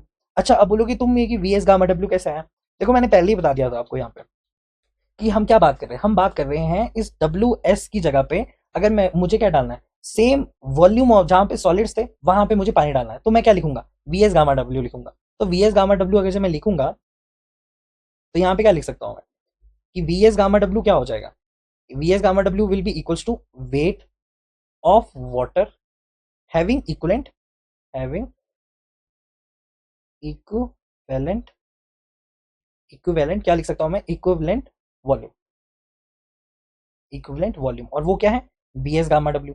तो क्लियर हो गया VS गामा W कैसे आया, मैंने पहले एक्सप्लेन कर दिया था। अब दूसरा क्या है कि W4 है। अब W4 को मैं रीअरेंज करता हूँ, और मुझे क्या WS निकालना है, तो WS पे मैं फोकस करूंगा। तो WS तो दो जगह पे, अगर मैं इनसे कॉमन ले लूँ, मतलब अच्छा फिर ये कहां से आया, VS को क्या लिख सकते हैं आप, बेसिकली आप क्या लिख सकते हैं कि जो गामा S होता है वो क्या होता है, that is WS upon VS, होता है कि नहीं। अब मैंने क्या बोला कि इस गामा S को भी आप कुछ और लिख सकते हैं, जो कि मैंने पहले बताया था। क्या बताया था कि अगर जो स्पेसिफिक ग्रेविटी देखो, तो किसी भी सब्सटेंस की divided by the standard water होती है। तो अगर मैं G गामा W लिख दूं इंटू गामा एस लिख दूं, तो गामा एस को रिप्लेस कर सकता हूं मैं इससे। अच्छा इससे रिप्लेस करूंगा तो क्या आएगा, G gamma W into WS upon VS आ जाएगा।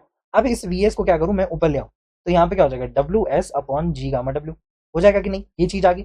अब वी एस को मैं यहाँ से रिप्लेस करके जी गामा डब्ल्यू ये वाला कर देता हूँ, तो W S G gamma W आ गया। अब गामा डब्ल्यू कट गया, डब्ल्यू एस को कॉमन ले लो और माइनस साइन यहाँ पे था तो माइनस साइन यहाँ पे था, देखो यहाँ से इधर को आ जाएगा तो ये क्या हो जाएगा W four minus W three है। दूसरा यहाँ पे क्या है minus one plus one upon G है इंटू गामा डब्ल्यू है, राइट। तो अब मैं क्या कर सकता हूँ यहाँ पे, मैं इसको रीअरेंज करूंगा तो मेरे पास क्या आएगा कि W S is equal to one minus one upon G आ गया, ये जी था तो वन माइनस जी आ गया। अब मुझे निकालना है डब्ल्यू एस, तो इसको अगर जब मैं नीचे ले आऊँ यहाँ पे डब्ल्यू फोर के नीचे ले आऊँ तो डब्ल्यू एस मिल जाएगा। और डब्ल्यू एस मिलने के बाद मैं वाटर कंटेंट में क्या डालूंगा कि वेट ऑफ द वाटर क्या था डब्ल्यू टू से डब्ल्यू वन माइनस करके और उसमें डब्ल्यू सॉलिड को माइनस कर दो तो मेरे पास वेट ऑफ द वाटर मिल जाएगा, ऊपर निकाला था ना हमने, तो ये देखो यहाँ पे लिख दिया W two minus W one minus W S divided by W S आएगा यहाँ पे, और is equals to W two minus W one, क्योंकि डब्ल्यू एस क्या कर दिया हमने इनको अलग अलग कर दिया तो यहाँ पे ये चीज आ गई। अच्छा ये चीज आ गई तो डब्ल्यू एस को अगर जो मैं लिख दूं यहाँ पे तो डब्ल्यू एस क्या था हमने ऊपर निकाला था क्या है डब्ल्यू थ्री से डब्ल्यू फोर को माइनस कर दूं और उसमें specific gravity G minus one कर दूं तो मेरे पास क्या आ जाएगा वाटर कंटेंट आ जाएगा, ठीक है। और ये ना बहुत ज्यादा इंपॉर्टेंट फॉर्मुला है, ये इंपॉर्टेंट फॉर्मुला इसलिए क्योंकि देखो ये क्वेश्चन में आते हैं कई बार, तो वाटर कंटेंट फाइंड आउट करना पड़ता है पिक्नोमीटर से। ऐसे बोलेंगे क्वेश्चन में कि देखो वाटर कंटेंट फाइंड आउट करो पिक्नोमीटर से और आपको बोल देंगे कि W1 is equal to this this this, W2 is equal to this this this, W3 is equal to this this and the specific gravity is this 2.67 कुछ ऐसे करके, और फिर बोलेंगे कि find out the water content. तो आपको ये फॉर्मुला याद होना चाहिए वाटर कंटेंट क्या था पिक्नोमीटर का, इतना समझ में आया किस तरह से करना है। तो यही एक कैच है जो कि इस क्वेश्चन में तो पिक्नोमीटर का बहुत ज्यादा इंपॉर्टेंट हो जाता है, क्यों, क्योंकि यहाँ पे ना हमें स्पेसिफिक ग्रेविटी नोन होनी चाहिए, ठीक है। अब स्पेसिफिक ग्रेविटी नोन होगी तभी हम जाके इसको इस्तेमाल कर सकते हैं, that is W two minus W one divide by W three minus W four और G minus one upon G minus one multiply by hundred, तो वाटर कंटेंट को परसेंटेज में रिप्रेजेंट करते हैं इसलिए मल्टीप्लाई बाय हंड्रेड आ गया। Clear हो गया सब कुछ, ठीक है। और यही चीज है इसमें।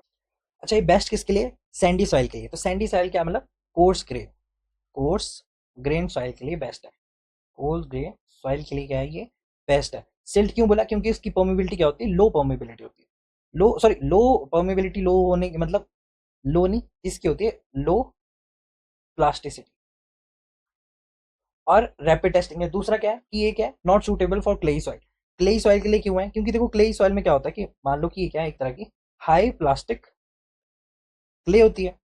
अब इस क्ले के पार्टिकल, ये जो क्ले के पार्टिकल है यहाँ पे क्या होगा, क्ले के पार्टिकल एब्जॉर्व कर देते हैं पानी को, ठीक है, क्या करते हैं ये एब्जॉर्व कर लेते हैं पानी को। अच्छा ये पानी को एब्जॉर्व कर लेते हैं दैट इज वाई ये क्या है सुटेबल नहीं है पिक्नोमीटर के लिए, ऐसा जरूरी है नहीं। देखो यहाँ पे पानी हो गया ना और यहाँ पे ना मतलब मान लो कि यहाँ पे एयर बबल्स भी है, यहाँ पे क्या है एयर बबल्स भी है। अब इन एयर बबल्स की वजह से होगा क्या बेसिकली, क्लेई सॉइल में बात करें ना अगर जब, तो हमने क्या किया कि जो डब्लू डब्लू थ्री था वो जो डब्लू थ्री था वो क्या था कि पिक्नोमीटर लिया और उसमें सॉइल है और साथ में जितना भी वॉल्यूम बचा है ना अब उसमें क्या डालो पानी डालो। अब मान लो कि यहाँ पे क्लेई सॉइल है और यहाँ पे एयर बबल है, ठीक है, यहाँ पे क्या है एयर बबल है। अब ये एयर बबल क्या करेंगे कि जैसे आपने पानी ऐड किया तो मान लो कि आपने पानी इतना ऐड हुआ और इतने वॉल्यूम में क्या है एयर बबल है। अब जितना तुमने पानी ऐड किया है और डब्ल्यू फोर क्या था कि डब्ल्यू फोर था W three minus W S और तुमने ऐड क्या किया volume of the solid into gamma W हमने ऐड किया, लेकिन जो इतना सा वॉल्यूम बच गया, थोड़ा सा वॉल्यूम बच गया due to the air present in the clayey soil, तो वो रिजल्ट क्या हमारा इनएक्यूरेट हो जाएगा, हमारा रिजल्ट तो बिल्कुल सारा गलत हो जाएगा। तो दैट इज वाई क्या है कि हम क्लेई सॉइल का इस्तेमाल नहीं करते और इससे रिलेटेड ना क्वेश्चन भी आते हैं, ठीक है। इससे रिलेटेड क्वेश्चन कैसे आएंगे, आपको बोलेंगे कि इतनी एयर जो है वो पहले से बच गई थी पिक्नोमीटर। अच्छा इसके क्वेश्चन आते हैं, दैट इज वाई मैं इसको बार बार आपको बता रहा हूँ कि जैसे आपको दे दिया कि वॉल्यूम ऑफ द एयर आपको गिवन है, तो अगर जो वॉल्यूम ऑफ द एयर, चलो इसको मैं क्वेश्चन से ही कराऊंगा आपको, है ना, यहाँ पे ज्यादा अंडरस्टैंड नहीं होगा। तो ये क्या है इसकी लिमिटेशन है, और air bubble can effect the accuracy, देखा यहाँ पे लिखा है कि एयर बबल जो है वो इफेक्ट कर सकते हैं एक्यूरेसी, तो क्लेई सॉइल के लिए बेस्ट नहीं है। और लिमिटेशन क्या है कि एयर बबल्स उसके अंदर जो एंट्रैप रह गए तो वो हमारी एक्यूरेसी को खराब कर सकते हैं। अच्छा एक और चीज कि मान लो कि आपको क्या है एयर बबल रह गया, अब इसका एयर बबल रह गया है जो डब्ल्यू थ्री है, यहाँ पे क्या रह गया एयर बबल रह गया। अच्छा इस एयर बबल के रहने से डब्ल्यू थ्री पे क्या फर्क पड़ेगा, क्या वो ज्यादा आएगा या कम आएगा, सोचो बताओ। तो बच्चों ये ना जो वेट है ना ये कम आएगा, क्यों आएगा कम, क्योंकि जहां पे पानी था अब वहां पे क्या आ चुकी है हवा आ चुकी है, ठीक है। डब्ल्यू टू और डब्ल्यू थ्री में से कौन बड़ा है, डब्ल्यू थ्री बड़ा है ना, क्यों है यहाँ पे, क्योंकि यहाँ पे जो एयर है उसका जो वेट है वो निग्लेक्टेड है, लेकिन यहाँ पे एडिड वाटर है, अब इस एडिड वाटर का भी अपना वेट होगा, दैट इज वाई जो डब्ल्यू थ्री होगा वो ज्यादा बड़ा होगा as compare to W two. इतना क्लियर हो गया, राइट। अब मान लो कि यहाँ पे एयर बबल है तो यहाँ पे जो हमारा डब्ल्यू थ्री है वो गलत हो जाएगा। अब डब्ल्यू थ्री में वी एस गामा डब्ल्यू लिखा है आपने, राइट, और यहाँ पे क्वेश्चन में बोला है कि मान लो कि due to improper handling जो वॉल्यूम ऑफ द एयर है वो वहां पे एयर जो है वहां पे एंट्रैप रहेगी कुछ, है ना, ड्यू टू इम्प्रॉपर हैंडलिंग, तो वहां पे वी एस क्या हो जाएगा, यहाँ पे हो जाएगा वी एस प्लस वी जो भी एयर का रहेगा ना इनटू गामा डब्ल्यू जो है वो हमारा किसका बराबर हो जाएगा, वो हमारा बराबर हो जाएगा W4 के। तो ये चेंज आएगा सिर्फ और सिर्फ, ठीक है। इतना क्लियर हो गया कि अगर जो एयर बबल रहेगा तो आपको किस तरह से W4 निकालना है, W3 minus WS plus VS plus V air into gamma W. Clear हो गया, बस इतना सा पॉइंट है पिक्रोमीटर में। अभी वाटर कंटेंट का हमारा सारा क्या हो गया, खत्म हो चुका है। अब हमारा कौन सा बचा है, अब हमारे बच्चे बाकी